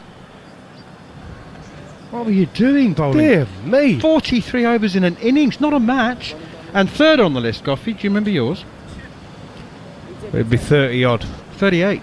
38. Where was that? South Africa? It wasn't even in a test match. That's what's confusing me. It's against South Australia in Adelaide in 1994. That's pushed out towards extra cover. What? 38 overs in a warm-up game before the test match. Well, it was a first-class game. I mean, it wasn't one of the Mickey Mouse games. I got 5 for that's why. I remember that game. We used to have 5 warm-up games though, didn't we, before the test series started? Nonetheless, bowling 38 overs in an innings. Yeah, he's probably surprised. A little bit of a surprise. Gee whiz. England 521 for 6 after 168 overs. And there's a little game going on here with the Indian bowlers. Nobody wants to bring up their 50. Ashwin stopped at 49. He says like a bowler when he's going for runs, you don't want to go for 100 there. I always used to raise my hand when I went for 100. And I went up for 100 quite a few times, to be fair, over the years. Here is Washington Sundar continuing, pushing it behind square on the offside. Harmy's not on air at the moment, but we'll have to get him to recount that test match when he bowled 43 overs in an innings. Your 5 for Goffey against South Australia. Who'd you get? Buff, Lehman? I'm not Greg a clue. Blewett, I'm sure I got 5 for those. Jamie Am I right? There's some good batsmen there. I'll look it up for you. Here is Sundar once again. He's turned quite viciously down the leg side, and Dom Bess, who's moved nicely onto 17, was contemplating the leg glance, which he's already played twice to great effect. Well, to the effect of 4 runs anyway. Considered the shot again, and then it spun too far and he left it alone. Uses his feet nicely now, a quick 2-step down the pitch and then defends. Bess on 17, Buttler 26, England 521 for 6. I'll tell you what, there's definitely more bounce for the spinners today. I think that's quite an obvious statement. So that will encourage the England spinners. Sundar in again. Bounce once again. Turn and bounce for Washington Sundar. The end of day 2 here. And Bess is actually appreciating it. He's just making that little grippy, spinning I'll be loving it. motion with his hand, going, yeah, well, I like that. Yeah, turn and bounce. I'll have some of that later. Maybe not later today. Maybe tomorrow. Washington Sundar in again, pushed out towards mid-wicket, again fielded by Pujara, no run. I think when you ask spinners in general and they talk about turning pitches and bouncing pitches, I think as long as they get bounce, I don't think they mind and how much it turns, because they've got bounce. It brings in the close fielders, doesn't it? Yeah, well, isn't bounce as much of a spinner's friend as turn? That one is pushed out behind square on the offside once again, against the spin by Dom Bess. The end of the over comes, and it's 169 overs gone. England 521 for 6, resuming this morning at 263 for 3. They lost Ben Stokes for a wonderfully aggressive and entertaining 82 from 118 deliveries. Ollie Pope, LBW, to Ashwin for 34. And the captain, Joe Root, one of the great innings, 218 from 377 balls, 19 fours and 2 sixes. He was LBW to the left arm spinner Shahbaz Nadeem. And now at the crease, Dom Bess on 17, Jos Buttler on 26. England 521 for 6. Manners, I've got that South Australian scorecard here. It actually gets a little bit weirder. It was the second innings. What? Yeah, so you rolled them for 100 in the first innings, and then in the second innings, it must have got flat in Adelaide, and you've bowled on. You got Greg Blewett out. The rest was mostly tail. Tim Nielsen, the former Australian coach, That's got about right. Knock the tail over. And you got Dennis Hickey. Do you remember Dennis Hickey? He was properly quick, South Australian bowler. Had no idea where he was bowling it. But yeah, you ended up with 5 for 143, but you rolled them for 480 and then chased 260 down to win the game. Rolled them. Rolled them for sorry. 480. Rolled them for 100 and were rolled by them for the It was flat, that actually, and we went from there somewhere else, and then there was the first test. So it was great. Let's say you might have hit the winning runs in this game too. 7 not out in the chase. Poof, good score that. That's when I could bat then, when I first started. It sounds like a cracking game. 4-day game. Oh, mate, it was an unbelievable tour. Oh, that sounds like a really good game. Okay, we're back to the quick stuff now. Ishant Sharma, well, it's not that quick. Oh, dear me. Got a bottom edge, over the top of off stump. Jos Buttler, that was back of a length, just outside the line of off stump. It was just a bit close to cut, probably. Not much pace on it, and it's a raggedy old ball now. It really is in terrible condition. it's all scuffed and battered, and a little bottom edge from Jos Buttler there that could so easily have been chopped back onto his stumps, but in the end he's gets away with a little bottom edge past the left hand glove of Rishabh Pant, the keeper, who contemplated the dive. It was too far away from him, so 4 runs the result. It's not what you need, is it, as a fast bowler? You nearly done 2 days in the field, and you come back for another spell, and it's an inside edge, and it rolls away for 4. 525 for 6. Ishan bowled him! He's left it alone. Buttler's left it alone. There's just a little bit of drift back in towards the stumps. A little bit, perhaps, of reverse swing, but it wasn't the right one to leave anyway. It was too close to the off stump, and that tiny bit of movement, Buttler leaving it alone, and it's just flicked the off stump, and he's bowled for 30. England lose their 7th wicket with a total on 525. The persevering Ishant Sharma finally has something to show for his efforts. Yeah, it's always rewarded, and he picks up his first wicket there, and because he's been so accurate, he's only gone for it. I think he's in the mid-40s he's gone for. He's picked up a wicket. He picks up another one. He walks away with decent figures at the end of it after nearly 2 days in the field.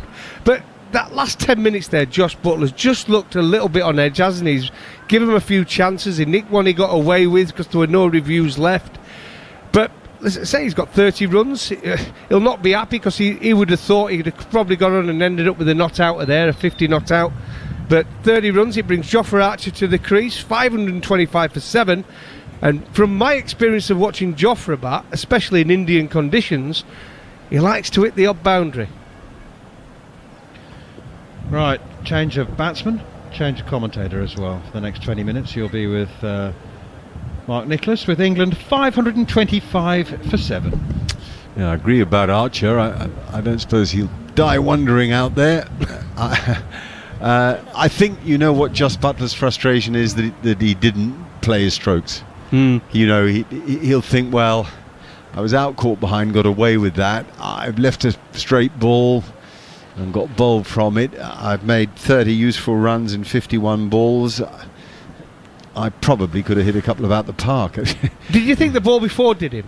Because he played a wideish ball, inside edge, and he was frustrated at that. He'd not cleared his mind. Definitely, that's the mental. And then left the next one. Yeah. Spot on, Goffey. I really do agree with that. I'm just having a look at the Hawkeye market. It really didn't come in all that much. I mean, it did fade in, but it wasn't. He's made a mistake on the line. That's bowled him. First ball, Jofra Archer done completely by Ishant Sharma. Beautiful movement back at him at a strong pace. That's the great thing about Ishant. No matter what time of day it is, he'll come at you.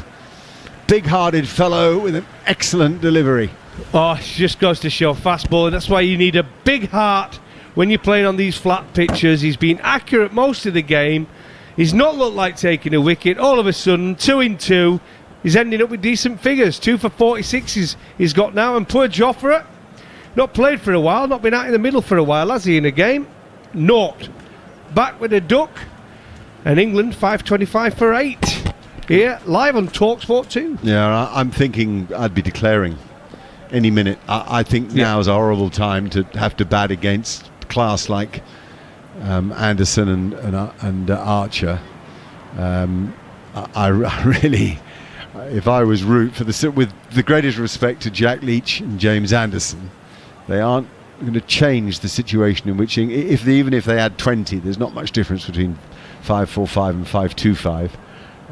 I know Joe only wants to bat once in a match, but I think it's such a horrible half an hour, isn't it, to have to deal with this evening. It is. I think Army mentioned it earlier. I think what he might want is 6 overs tonight or something with a new ball, and then come back where he gets another 6 with it tomorrow. And we've seen how dry the conditions are. The ball's not going to last very long, is it, that new ball? The seam's going to get scuffed up, the ball's going to get scuffed up, the spinners are going to come into play pretty early, and then you're hoping for reverse swing. But I think the more this game has gone on, I think the more it will reverse. The sun's been shining down on the ground now for nearly 2 days. Guess what? Forecast tomorrow in Chennai, it's going to be hot again. How many overs left tonight? That's what I need to find out. I wonder if Jared could help with that. Ishant Sharma is on a hat-trick, by the way.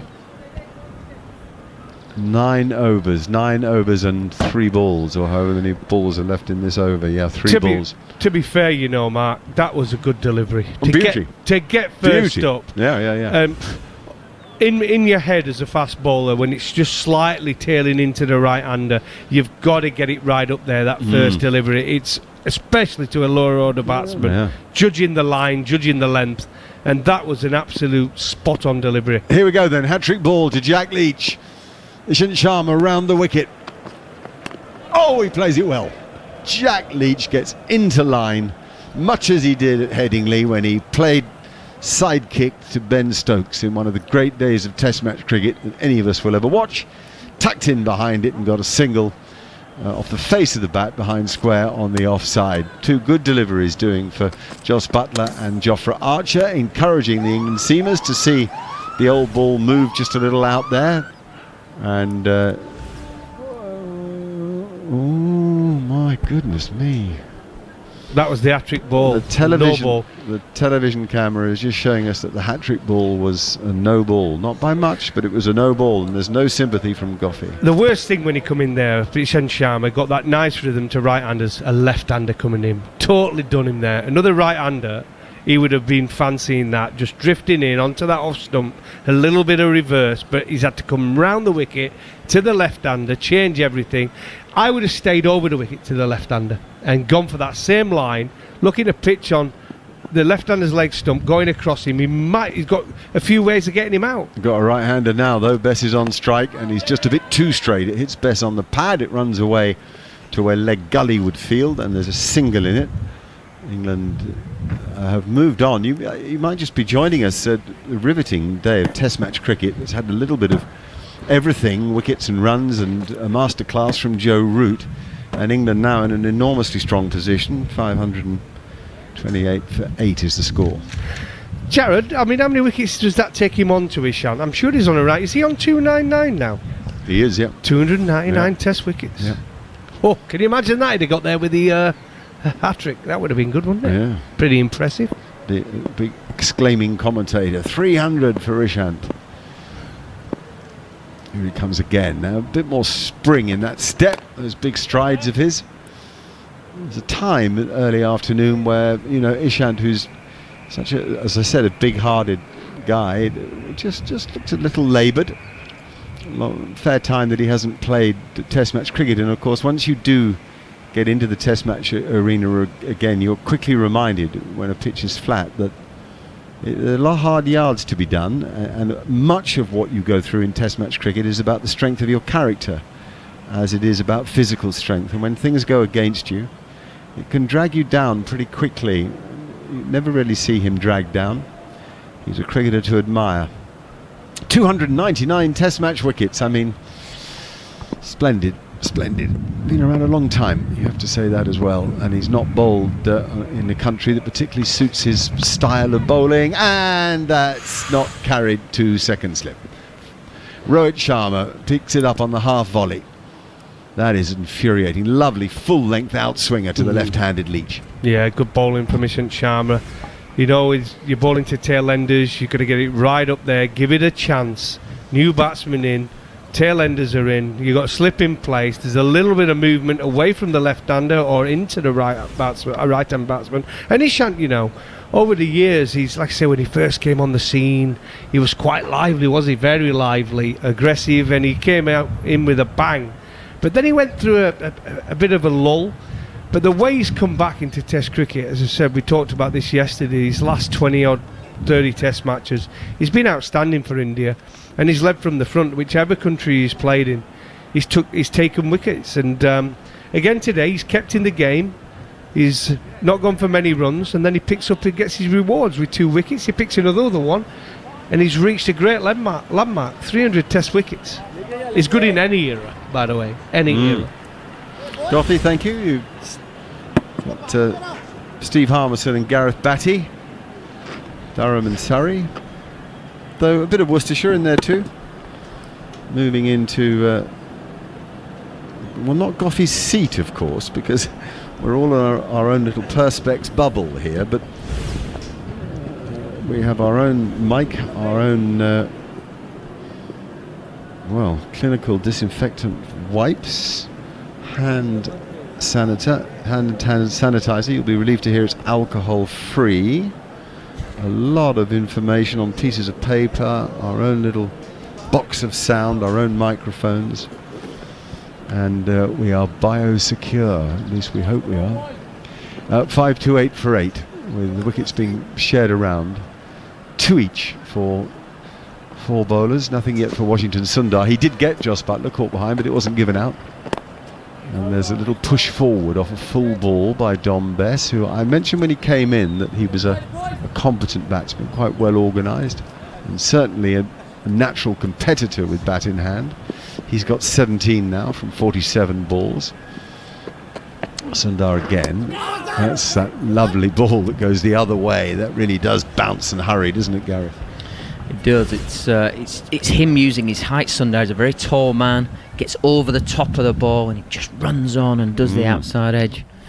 Beat him beautifully on the outside edge. Another day it'll catch the edge, of course. When the score's 70 for 8, it catches the edge. 5-8 for 8.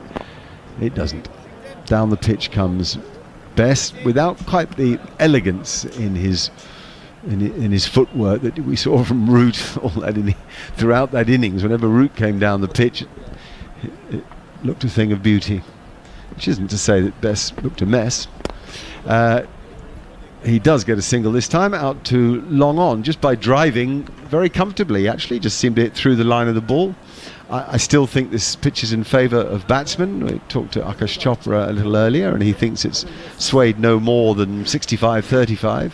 So that's still a strong advantage for batsmen, but I think the point is there's enough in it to keep a bowler interested, rather than dismayed after the delivery of a ball that does nothing for him. The odd ball will, I think, do something, either off the seam in the air or certainly if it's spun hard, and if the spinner's bowler is slow enough to give it a chance to spin, slow and high, try to get it to dip is the key, which is what Washington Sundar tried there, but he overpitched and Leach was able to work a single wide of mid-on.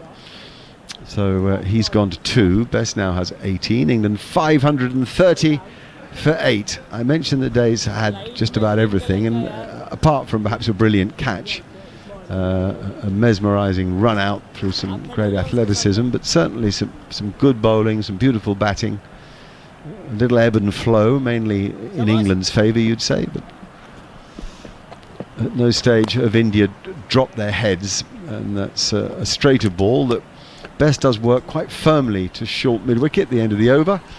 5:30 for 8. Any chance for declaration this evening if England aren't bowled out, Steve Harmison? And that's what I was just about to say, Mark. I'm just can't understand why England haven't. I know we're all good captains sitting in a commentary studio, and Joe's had his fingers burned a couple of times before, but I don't see the point of 9 and 10 batting. I really don't. At this point, when you've got 530 on the board, you have 2 bites of the cherry tonight and tomorrow morning with Anderson and Archer. With the new ball, and the one thing you'll see is if the new ball does do anything movement-wise, at 10 o'clock tomorrow morning, when it's warm, your bowlers, Anderson and Archer, are only going to have maybe 4 or 5 overs each, where now you could get 7 overs each out of that brand new ball with the seamer if you declare tonight. So I thought that might have been in Joe's mind. No, we got the overs left wrong earlier, for which I apologise. There are 9 left now. We're bowled. Ishant. Oh, they ask. Ishant thinks he's got his man. Unfortunately, umpire Menon doesn't agree, and there's no review left for India. That cost them when they appealed for Jos Buttler's edge behind the wicket to Rishabh Pant. Now let's have a listen. Well, there was a noise, but it doesn't look as if the ball's anywhere near the bat. So it could be all sorts of other things. Maybe it's studs. No, I don't think he's hit that. Maybe the stud that moved forward at the time of the ball passing the bat, the stud scrapes the surface or something like that, can sometimes be a reason for a little noise. Anyway, it was given not out, and by the look of it, correctly so too. Leach with his spectacles on. I'm sure he has a deal with Specsavers. If he hasn't, he ought to have. 5:30 for 8 here. Dominic Bess 18. Leach just a couple. I reckon I'm going for a bit of kidology, Mark, with that last appeal. Pants threw his hands up in the air, and Sharma wasn't really appealing initially as he follows through, and then it was a sort of a delayed reaction. Oh, I might get one here. I might just get myself a cheeky little threefer. Yeah, and I think when you look at Mark's mentioning Specsavers there, I think Pant needs him because that missed the bat by miles. I think that went a long way past the outside edge of Jack Leach's bat. Good ball by Ishant Sharma, good area. Again, something that the England captain might have been thinking, you know what, it might be time for us to have a bowl. I think you're... Jared, sorry, go for it. No, I was just going to say that he has a free deal with Specsavers for life, Jack Leach, after what happened at Headingley, because I think they were sponsors at that point. There you go, yeah. That ball was left alone outside off stump on a good length. It passed by. Ishant getting plenty of carry at the moment. He bowling with a real verve late in the day, having had 2 days in the field. He has 299 Test match wickets, of course. Best figures of 7 for 74. Used to have that long mane of hair that almost covered much of the name on his back. His I Sharma, and then underneath is his number.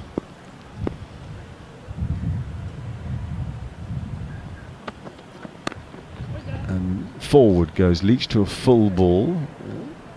Plays it nicely into the covers. On the front of the shirt is the sponsor, Bijou, I think Bijou, BYJU, and they're quite an interesting company. They're an educational platform that are using this sponsorship opportunity to tell people more about themselves.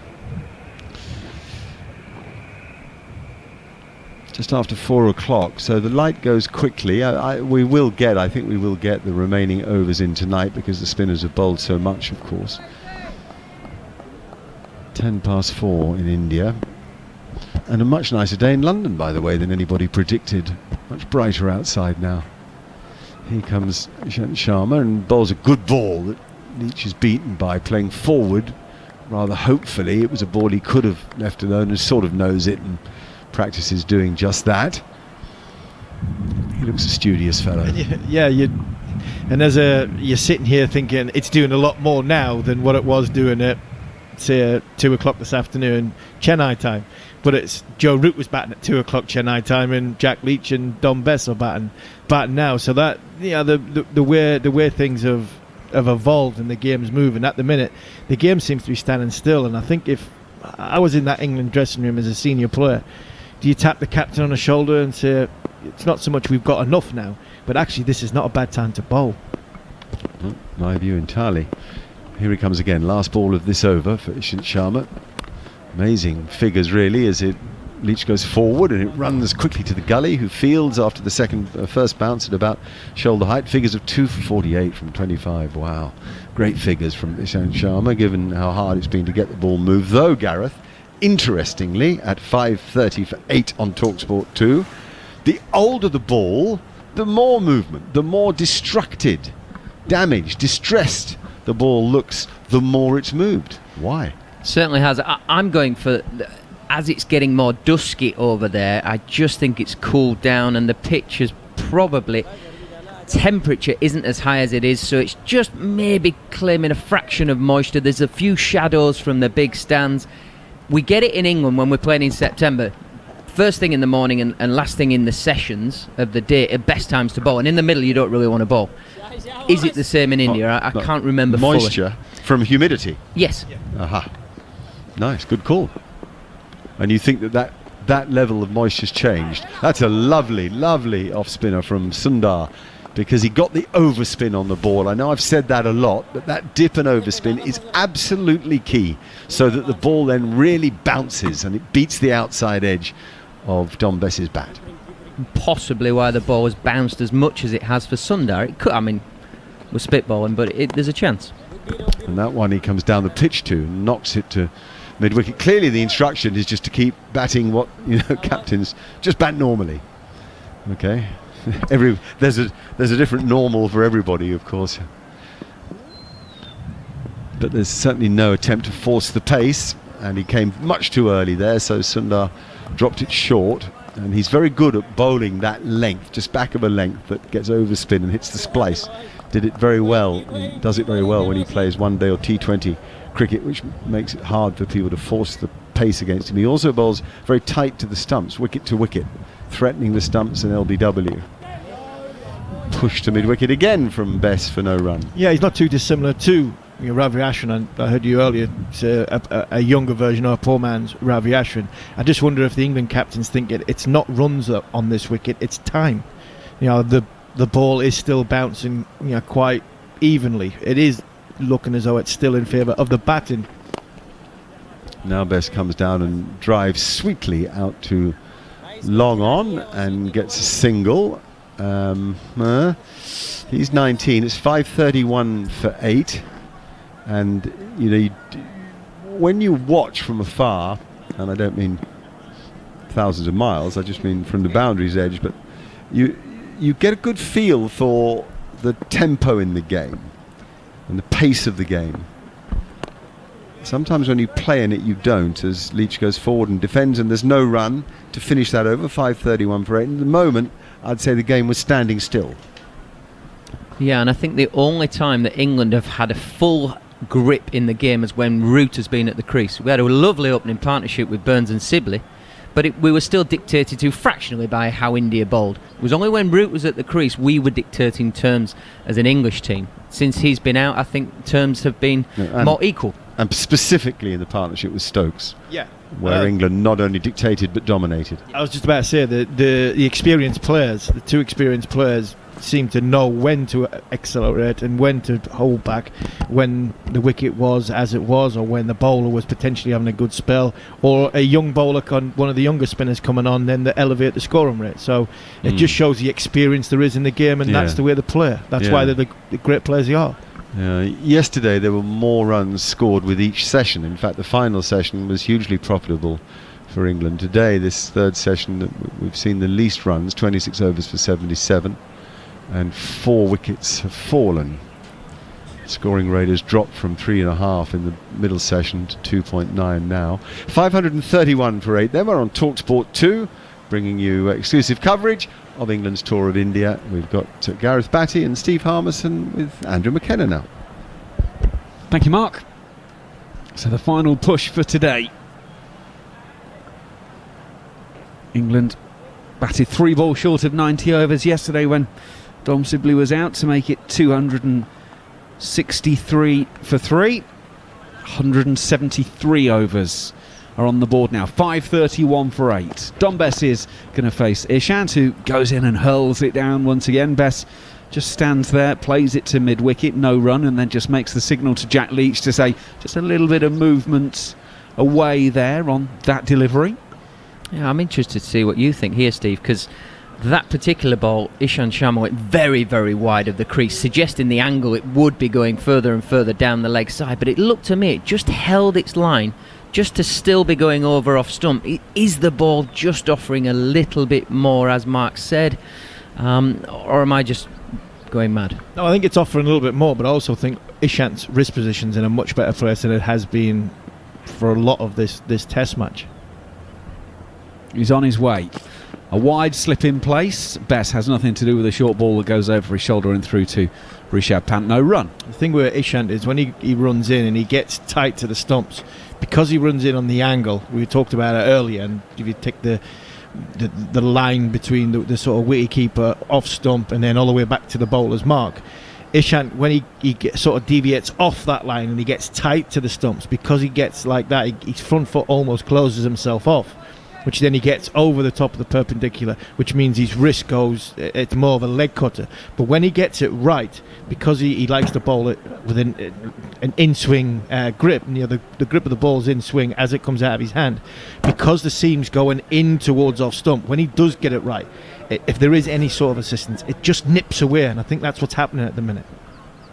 Ishant goes in. He takes Dom Bess on the pad. There's interest from behind the stumps, nothing from the bowler. And bearing in mind his next wicket would be number 300 in Test match cricket, I think that's quite telling that he didn't appeal. And Dom Bess is now down on his haunches, which gives you an idea that it might have caught him a fairly painful place.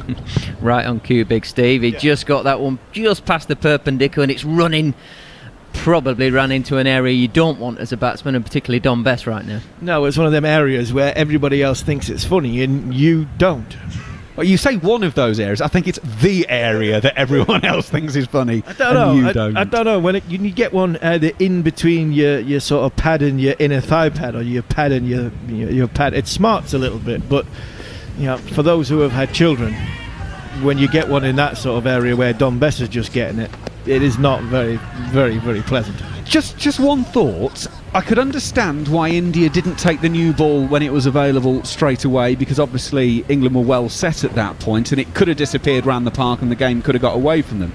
As soon as Jos Buttler was out at 5:25 for 7, was there not a case for the new ball to be taken and try and wrap things up sharpishly? I'm not sure there's any need, is there, Steve? They've got 4 for 17, 24 overs. You just stick with what you're doing, and patience is a virtue in this part of the world on this sort of a surface.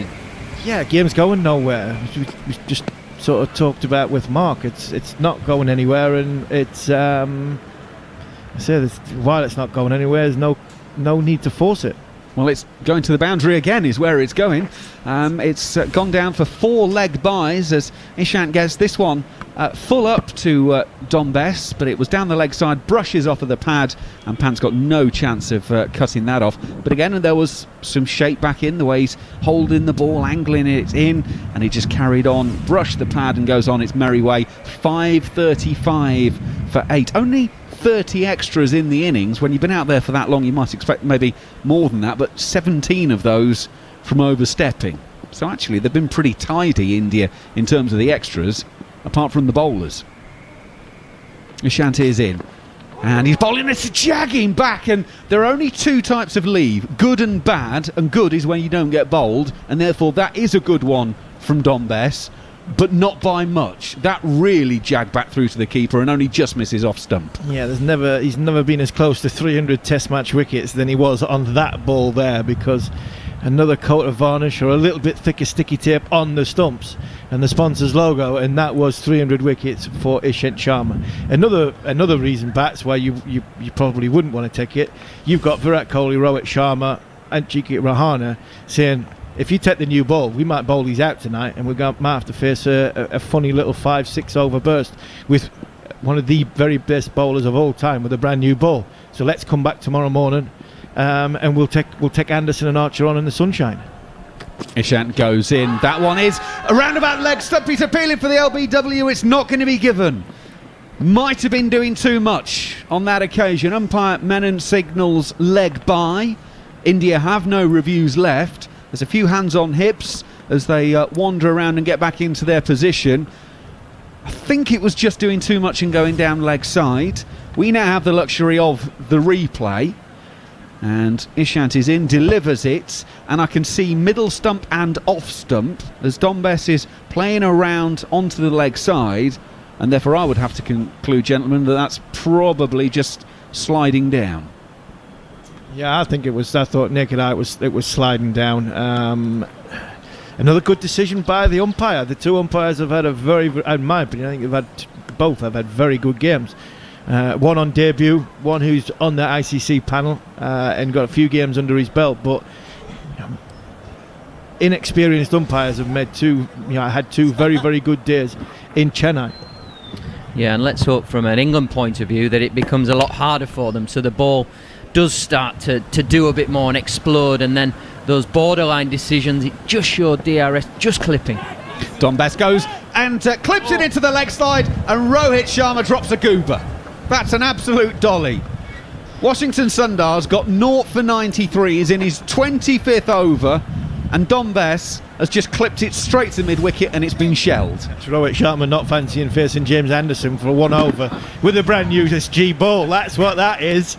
That's what that is. He's had to move an extra 10 yards from first slip over to mid-wicket, and the easiest way to describe it, as Sundar goes in and Bess plays this to short third man, they take a single. 5:37 for 8. I think he could underarm to at least an under 6 or an under 7, and I think they would still catch it. Probably too easy for Rohit Sharma. It's just in his eye line where he's had to change his hands to go up over, but that is an absolute goober. And Ben Stokes' face has just come on the screen, and he could not believe it either. Virat Kohli is not a happy captain at the moment.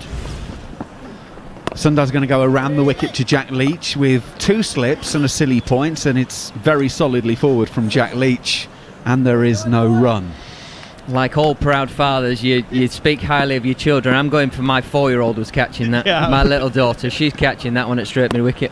Sundar in, full face of the blade from Jack Leach, and he's having nothing to do with that and pushing it down the pitch. For not wanting to turn into Sir Geoffrey Boycott for what his mother could do, but that was the easiest catches you possibly get for Rohit Sharma, and it's just like a concentration.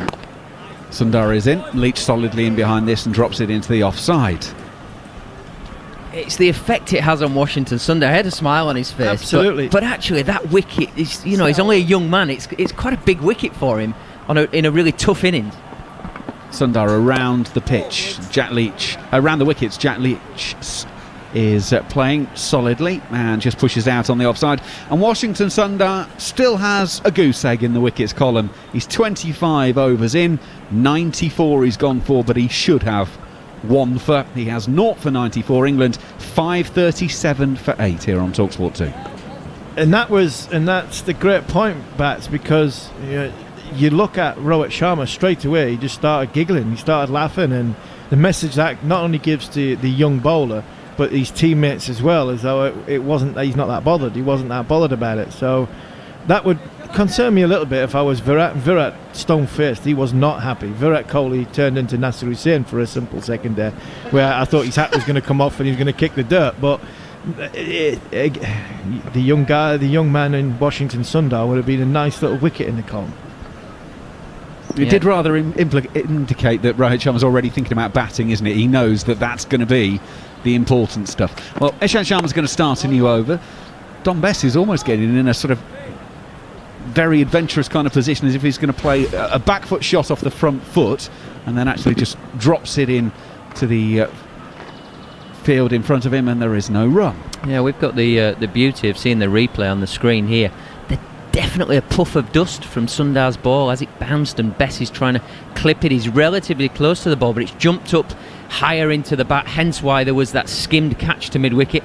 So Bess will be doubly happy. 1, the drop catch, but 2, he'll be thinking, the pitch is just deteriorating even more. Just seeing the replay, and they're now further extending it. I think Rohit's trying to claim it dipped on him at the end. No, it only dipped, mate, off your hand onto the floor. Ishant in, and it's well played by Dom Bess out into the offside for no run. And from a captain's point of view in Virat Kohli, I'd be disappointed because my bowlers have run in and toiled on this sort of surface.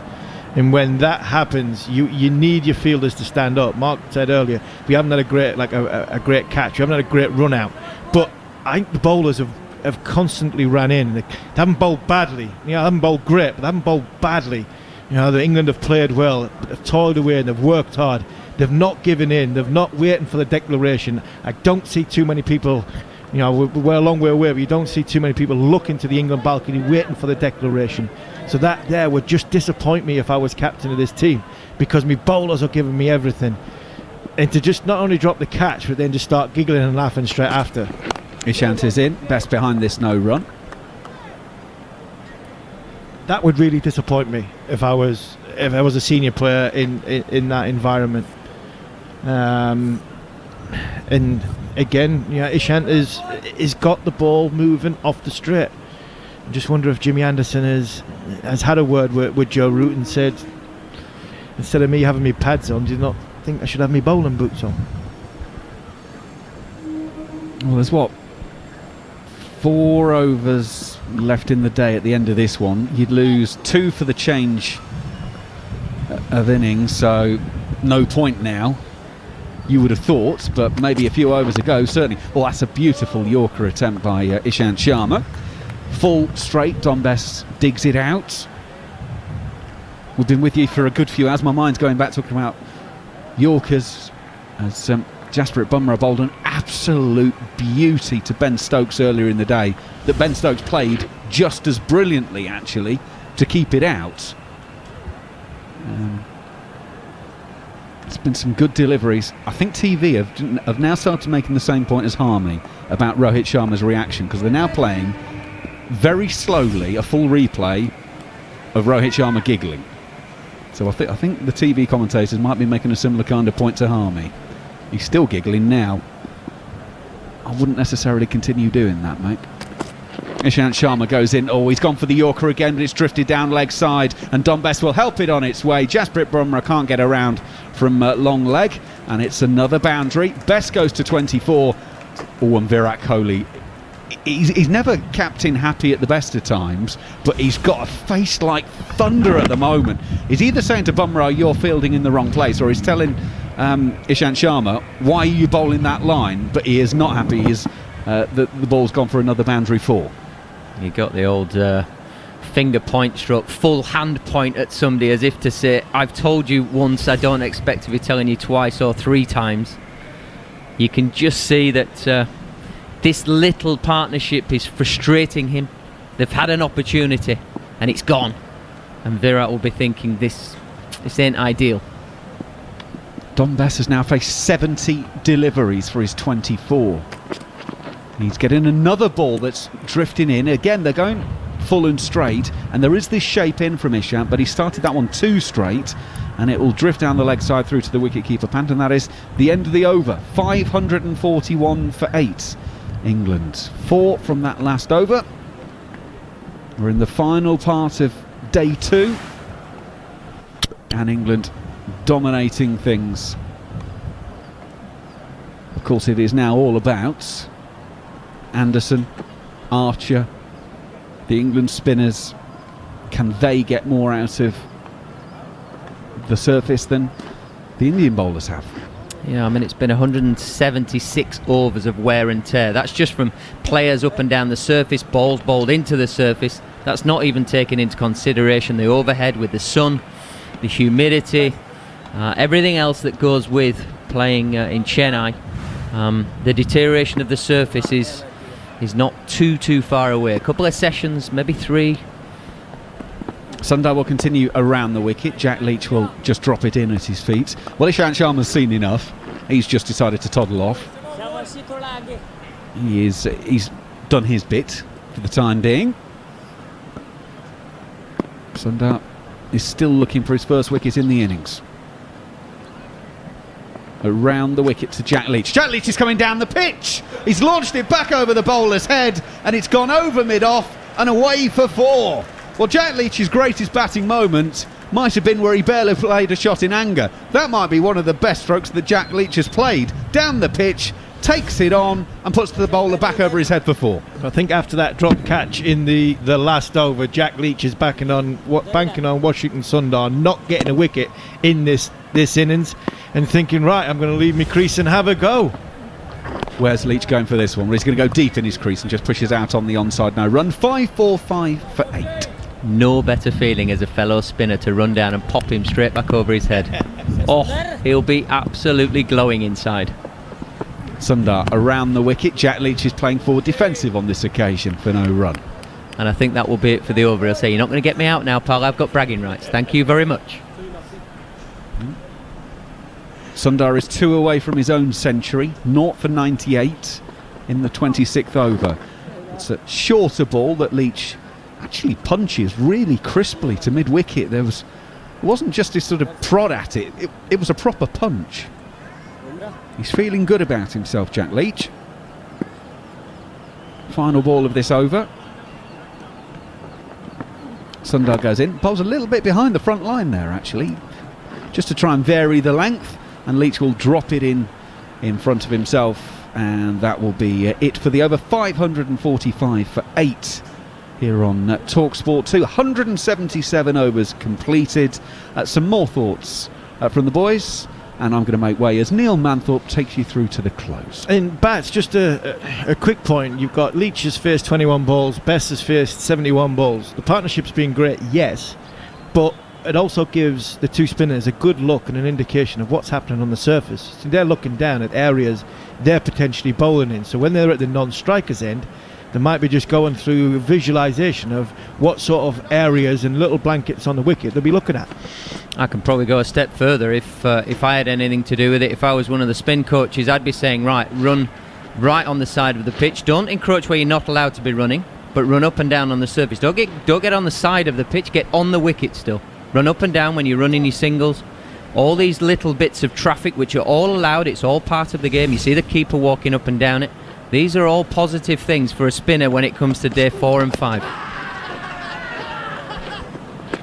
The umpires presumably looking out for that kind of thing as well, because they know that this game will probably be decided by the spinners as we get towards the back end into the second innings for both teams. Now it's Jasprit Bumrah is coming back for a 2-over spell from the V Pattabhiramam gate end. He's got a slipper gully and a leg slip, and then everybody else is just scattered, just saving one. Here's Bumrah, and that one is steered away by Dom Bess. Beats Cheteshwar Pujara at backward point. Rohit Sharma gives chase, and not particularly speedily, and the ball beats all of them down to the boundary for 4 more. You were about to say, Bats? Yeah, just guided away again there from Bess, but I wonder, and maybe I'm getting too carried away with this whole rough situation, but would they have said at some point in the middle of that over, just said, I think you should be facing Bumrah, because he might bowl round the wicket at you and create even more rough. So if it's right and left-handers, I think I might be getting too carried away, because I'm not sure Leach will be putting his hand up to be facing the pace ace of Bumrah, but it will be a positive from an England point of view. I'm not sure how much pace Jasprit Bumrah is bowling with at the moment. I make it he's into his 8th spell, and that is punched away out towards cover straight to the fielder, and there's no run. Goffey? He's been the pick of the bowlers for me, Jasprit Bumrah. To come on here in these spells, it's important as a fast bowler as well. He's bowled really, really well. He's picked up a couple of wickets, but he's got the opportunity to bowl at number 10 and 11. Well, the last 2 wickets.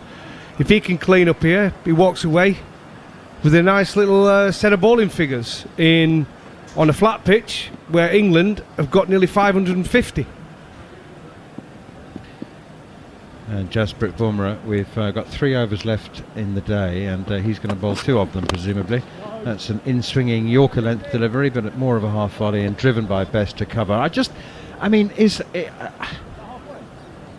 wonder what Jasprit Bumrah would have felt like. You know, so everybody's been in the field 2 days, and Virat says, I want you to bowl 2 of the last 3 overs of the day on day 2. Oh, I'd have snatched his hand off. Bowling it, like I say, trying to get the last 2 wickets. He's bowled well, bowled quite tight as well. Picked up a couple of wickets, but it makes a big difference if you can finish with 3 or 4 for. Massive difference. Well, he's got 2 for 80 at the moment. If he's got 4 for 80, you have superb figures, incredible figures. That one is right up in towards the block hole on the off stump, kept a bit low, steered into the gully, no run. What I will say, if Joe Root was still at the crease and he were 290 and Josh Butler was 60 not out, I'd be saying, I'm not so sure. Save me for the second test, mate. I think let somebody else have a bowl. Well, the second innings even. Yeah. No, it's just a big ask, isn't it? A little 2-over spell. But it makes it. How much difference does it make? I suppose. I mean, look, the nuisance value of asking. Here's Bumrah once again, and that is pushed up towards mid-off, but intercepted by the bowler, who flicks it towards the stumps at the non-striker's end. There's so many cricketers have said over the years, particularly opening batsmen, that 10 minutes you have to get ready between innings is just not enough. You know, it's a real nuisance. That's why you see so many opening batsmen running off the field. And so that's why I'm wondering now, given that England have batted through all the way through the second day, for goodness sake, don't declare overnight. Here is Bumrah once again. That's a shin-high full toss, and it's worked out towards the captain Virat Kohli at mid-wicket. Do you know what I mean? So if you've got 2 batsmen, if it's Bess and Leach, even if you just bat 15 minutes tomorrow morning, it just inconveniences the opening batsman, doesn't it? Yeah, you're right, and they might do that now just for that inconvenience. But I think from a mental point of view, I think the batsmen, if they'd have had to go out tonight and bat 4 overs, I think that would have been harder. Been in the field for 2 days. Yeah. I think if they were going to do it England, that would have been the right way to go. But to come back tomorrow and bat for 10 minutes and then declare, I think the players they've had a night's rest, a bath, plenty rehydrated, and had plenty of time to think about how they're going to go about their innings. To go out and bat tonight would have been the worst nightmare for Rohit Sharma and Shubman Gill. and that's where I would have probably done. 549 runs on the board is a lot. Jared? Just having a look at the variable bounce, because that one did shoot through low a couple of minutes ago, as you said. We don't have the full Hawkeye data from Indian matches. They don't release it to CricViz, but I've just gone onto their website to have a look at it.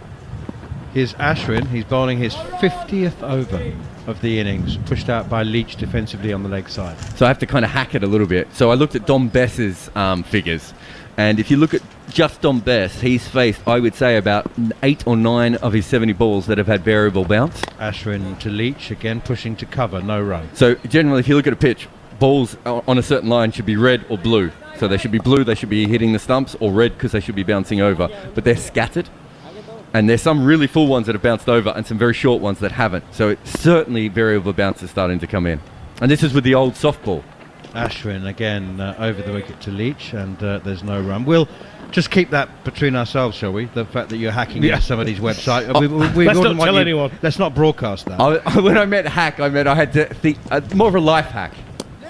Drive and a miss from Jack Leach. Ooh, just, I think, squirting away past the inside edge, I think, initially. Between the bat and the pad, into the gloves of Rishabh Pant. It's Oh, it's another a no no ball. ball! Oh! This is Ice cream van's here. seriously, it's just uncontrollable rash of no balls from the Indian bowlers. It's more from the spinners than the seamers. Brings up the 550 for England. Next ball is pushed out towards mid-off, no run. Well played, England. 550. 18 no balls. Oh, that was no wonder it gone past the inside edge. That was the carom ball. That was the leg spinner, or the carom ball from Ashwin. Beautifully bowled, again. actually, and he's bowled it again. Another one turning into the left-handed Leach rather than away from towards the outside edge.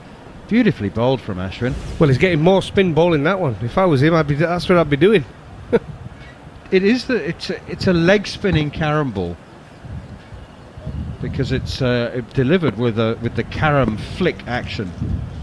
But it's got some good revolutions on it actually, and then there's an off spinner and it just straightens over the around the wicket, and it's pushed away gently by Jack Leach, who's hit a 4 straight back over the spinner's head to move on to 6. Dom Bess has a very accomplished 28, and England are 550 for 8 with 1 over of the second day to go. 550 for 8. Yeah, it has been a strange last 25 minutes or so, half an hour, the way England have played. I thought with that many runs on the board, they might just try and attack the bowling, but I think it's quite difficult out there. I think there's a little bit more bounce. There's a bit more uneven bounce, as Jared has just been talking about. And it's almost like they're just trying to survive the evening to come out again probably for half an hour tomorrow morning if they possibly can. So that looks like it is going to be the game plan. 550 for me would have been the target. They've got there. Obviously, if Joe Root would have been at the crease and Josh Butler and Ollie Pope, they would have got there a lot quicker, wouldn't they? So, Yeah, it's a nice number to have though, isn't it? 550 on the board. Here's Jasprit Bumrah, and that's pushed defensively up towards Ashwin at mid-on, and there's no run. and sometimes as a fast bowler as well, like Jasprit Bumrah has come back here, he's got 2 for, he's bowled really, really well, and like I said, not gone for many runs. You almost try too hard, and you can as a fast bowler, where you're going for that wicket-taking delivery every single ball, and you end up going for the odd boundary here and there when you shouldn't do. Just stick to his disciplines, the odd Yorker in there. Here is Bumrah once again. It's his last over of the day, and it's the last over of the innings as well, and Bess pushes it away behind square on the offside, and there's no run. On that inconvenience factor I was talking about, you might as well bat on for 20 minutes, inconvenience the openers. Of course, it's another no ball. It's just an absolute uncontrollable rash of them now. That's 19. The reality, of course, is that you can keep the openers in suspense. You actually don't need to tell the umpires and confirm that you're declaring until 10 minutes before the start of play, because that's what the ground staff need in order to brush and roll the wicket. Here is Jasprit Bumrah down the leg side, and it's gone for 4 off the batsman's pads, I reckon, and that's confirmed by umpire Nitin Menon. It was angled in towards the pads and then just brushes them and a very, very weary Rishabh Pant. I fancy might have actually had a dive for that had it not been the last over of day 2. But as it is, he just fell towards it. Well, there you go, the frustration. He's trying desperately to pick up another wicket. Bumrah, his first test in Indian conditions. Big effort, that amazing effort. 17 test matches overseas before his first one at home. Into the pads once again, and I hesitate to call that an appeal from Rishabh Pant. It was just making a noise because the ball hit the pads. And it's an amazing stat, that, you know, because if you speak to most English bowlers, they obviously want to play a lot more tests at home than they do away from home. But if you probably speak to Indian fast bowlers, they'll probably tell you, oh, no, I'd rather travel away than bowl in my home country. So he's got away with it, to be fair. Yeah, he didn't have much joy in his 2 test matches in New Zealand, but he certainly has in South Africa and Australia, and that one is pushed defensively, blocked really, straight back to the bowler, and the noise you can hear as the bail's falling off the stumps at the non-striker's end as Bumrah fields and then cleverly flicks it behind him just to keep the non-striker honest, make sure that he's not strolling out of his ground. That quicker ball, that fuller ball he does bowl, Bumrah, it's such a special delivery. You can see why in one-day cricket he's such a special bowler. Just love the flexibility of his wrist. I think you're always told make sure your wrist is nice and upright and stiff when you let go of the ball, but it's that little whip that he's got. It's almost like it's double jointed. Penultimate ball of the day is defended again by Bess. The in-swinging Yorker that he bowls so beautifully, his wrist seems to flex and then just straighten at the second he lets go of the ball. And it's his quickest delivery. Along with his bouncer, they're his 2 quickest, and that's the right way to go about it. And from the first moment I saw him playing in T20 cricket, I thought, wow, this kid can bowl. And he's gone on to prove, well, everybody right in Test cricket. He's got a great start to his Test career. Last ball of the day, Jasprit Bumrah into Dom Bess, and he pushes it gently up to Ashwin at mid-on, and that's the end of the day's play as the senior umpire Nitish Menon removes the bails. Dom Bess finishes the day unbeaten on 28 in the company of Jack Leach on 6. Jimmy Anderson has spent 2 days with his feet mostly up, occasionally down for meals, but he's had 2 days with his feet up watching the batsmen do their stuff and do it absolutely brilliantly. England finish day 2 on 555 for 8 from 180 overs, and Joe Root has played an innings, or completed an innings today, that we'll remember for a very, very long time. He'll remember for the rest of his life, because in his 100th Test match he's made 218.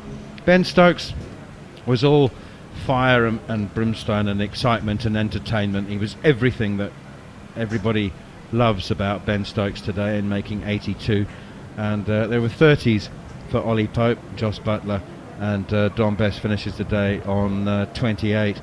I suppose there'll be great expectations now, Goffey, that England can go on and really reinforce this advantage.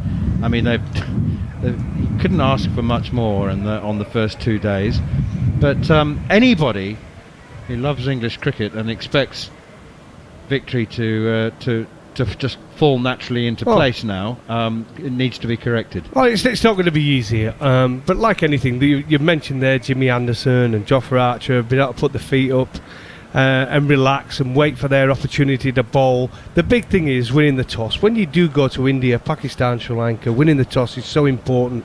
When you know it's going to be a flat pitch, you need to try and get runs on the board, and we are talking 450 plus. England have done that.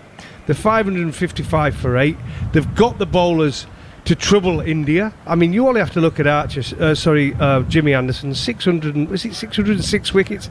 That's something he's got playing for England. Jofra Archer's got the pace. Bess and Leach are coming off the back of a successful tour in Sri Lanka. So they're full of confidence.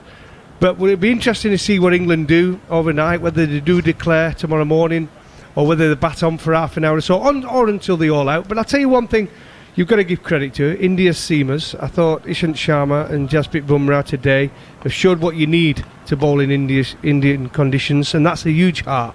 I think all day they've tried to run in when they've had the opportunity. I think the spinners have not been good enough for India, including Ashwin, over the 2 days. But you've got to give credit to the two fast bowlers there. They've showed terrific heart, been economical, and they've picked up 4 wickets between them. Yeah, the top 4 bowlers, the 4 senior bowlers, each took 2 wickets. Ishant Sharma, 2 for 52. How about that? Average of 25.5 out of a total of 555. Astonishing stuff. 2 for 52. Jasprit Bumrah, 2 for 81. And then 2 big numbers for Ravi Ashwin. He bowled 50 overs, 2 for 132. And Shahbaz Nadeem, the left arm spinner, 2 for 167. Washington Sundar, by the way, should have also had 2 wickets because he had Jos Buttler caught behind and wasn't given, and India had used up all their reviews. And then he had Dom Bess dropped by Rohit Sharma in almost comical fashion, in embarrassingly inept fashion at short mid-wicket. So they did. Do you know, we have this chat tomorrow night, and England have bowled all day. And if the ball at the same standard to what Indian spinners have bowled, we'd be talking a little bit of criticism, wouldn't we? We'd be saying we've got to try and get Moeen Ali into the starting 11. That's the conversations we would be having. And similar to probably the media in India are talking, why didn't Kuldeep Yadav play? I mean, they've gone for the all-rounder in Washington Sundar. So they're going to have similar discussions. Let's hope we're not having that discussion tomorrow night. Hopefully England will have a successful day.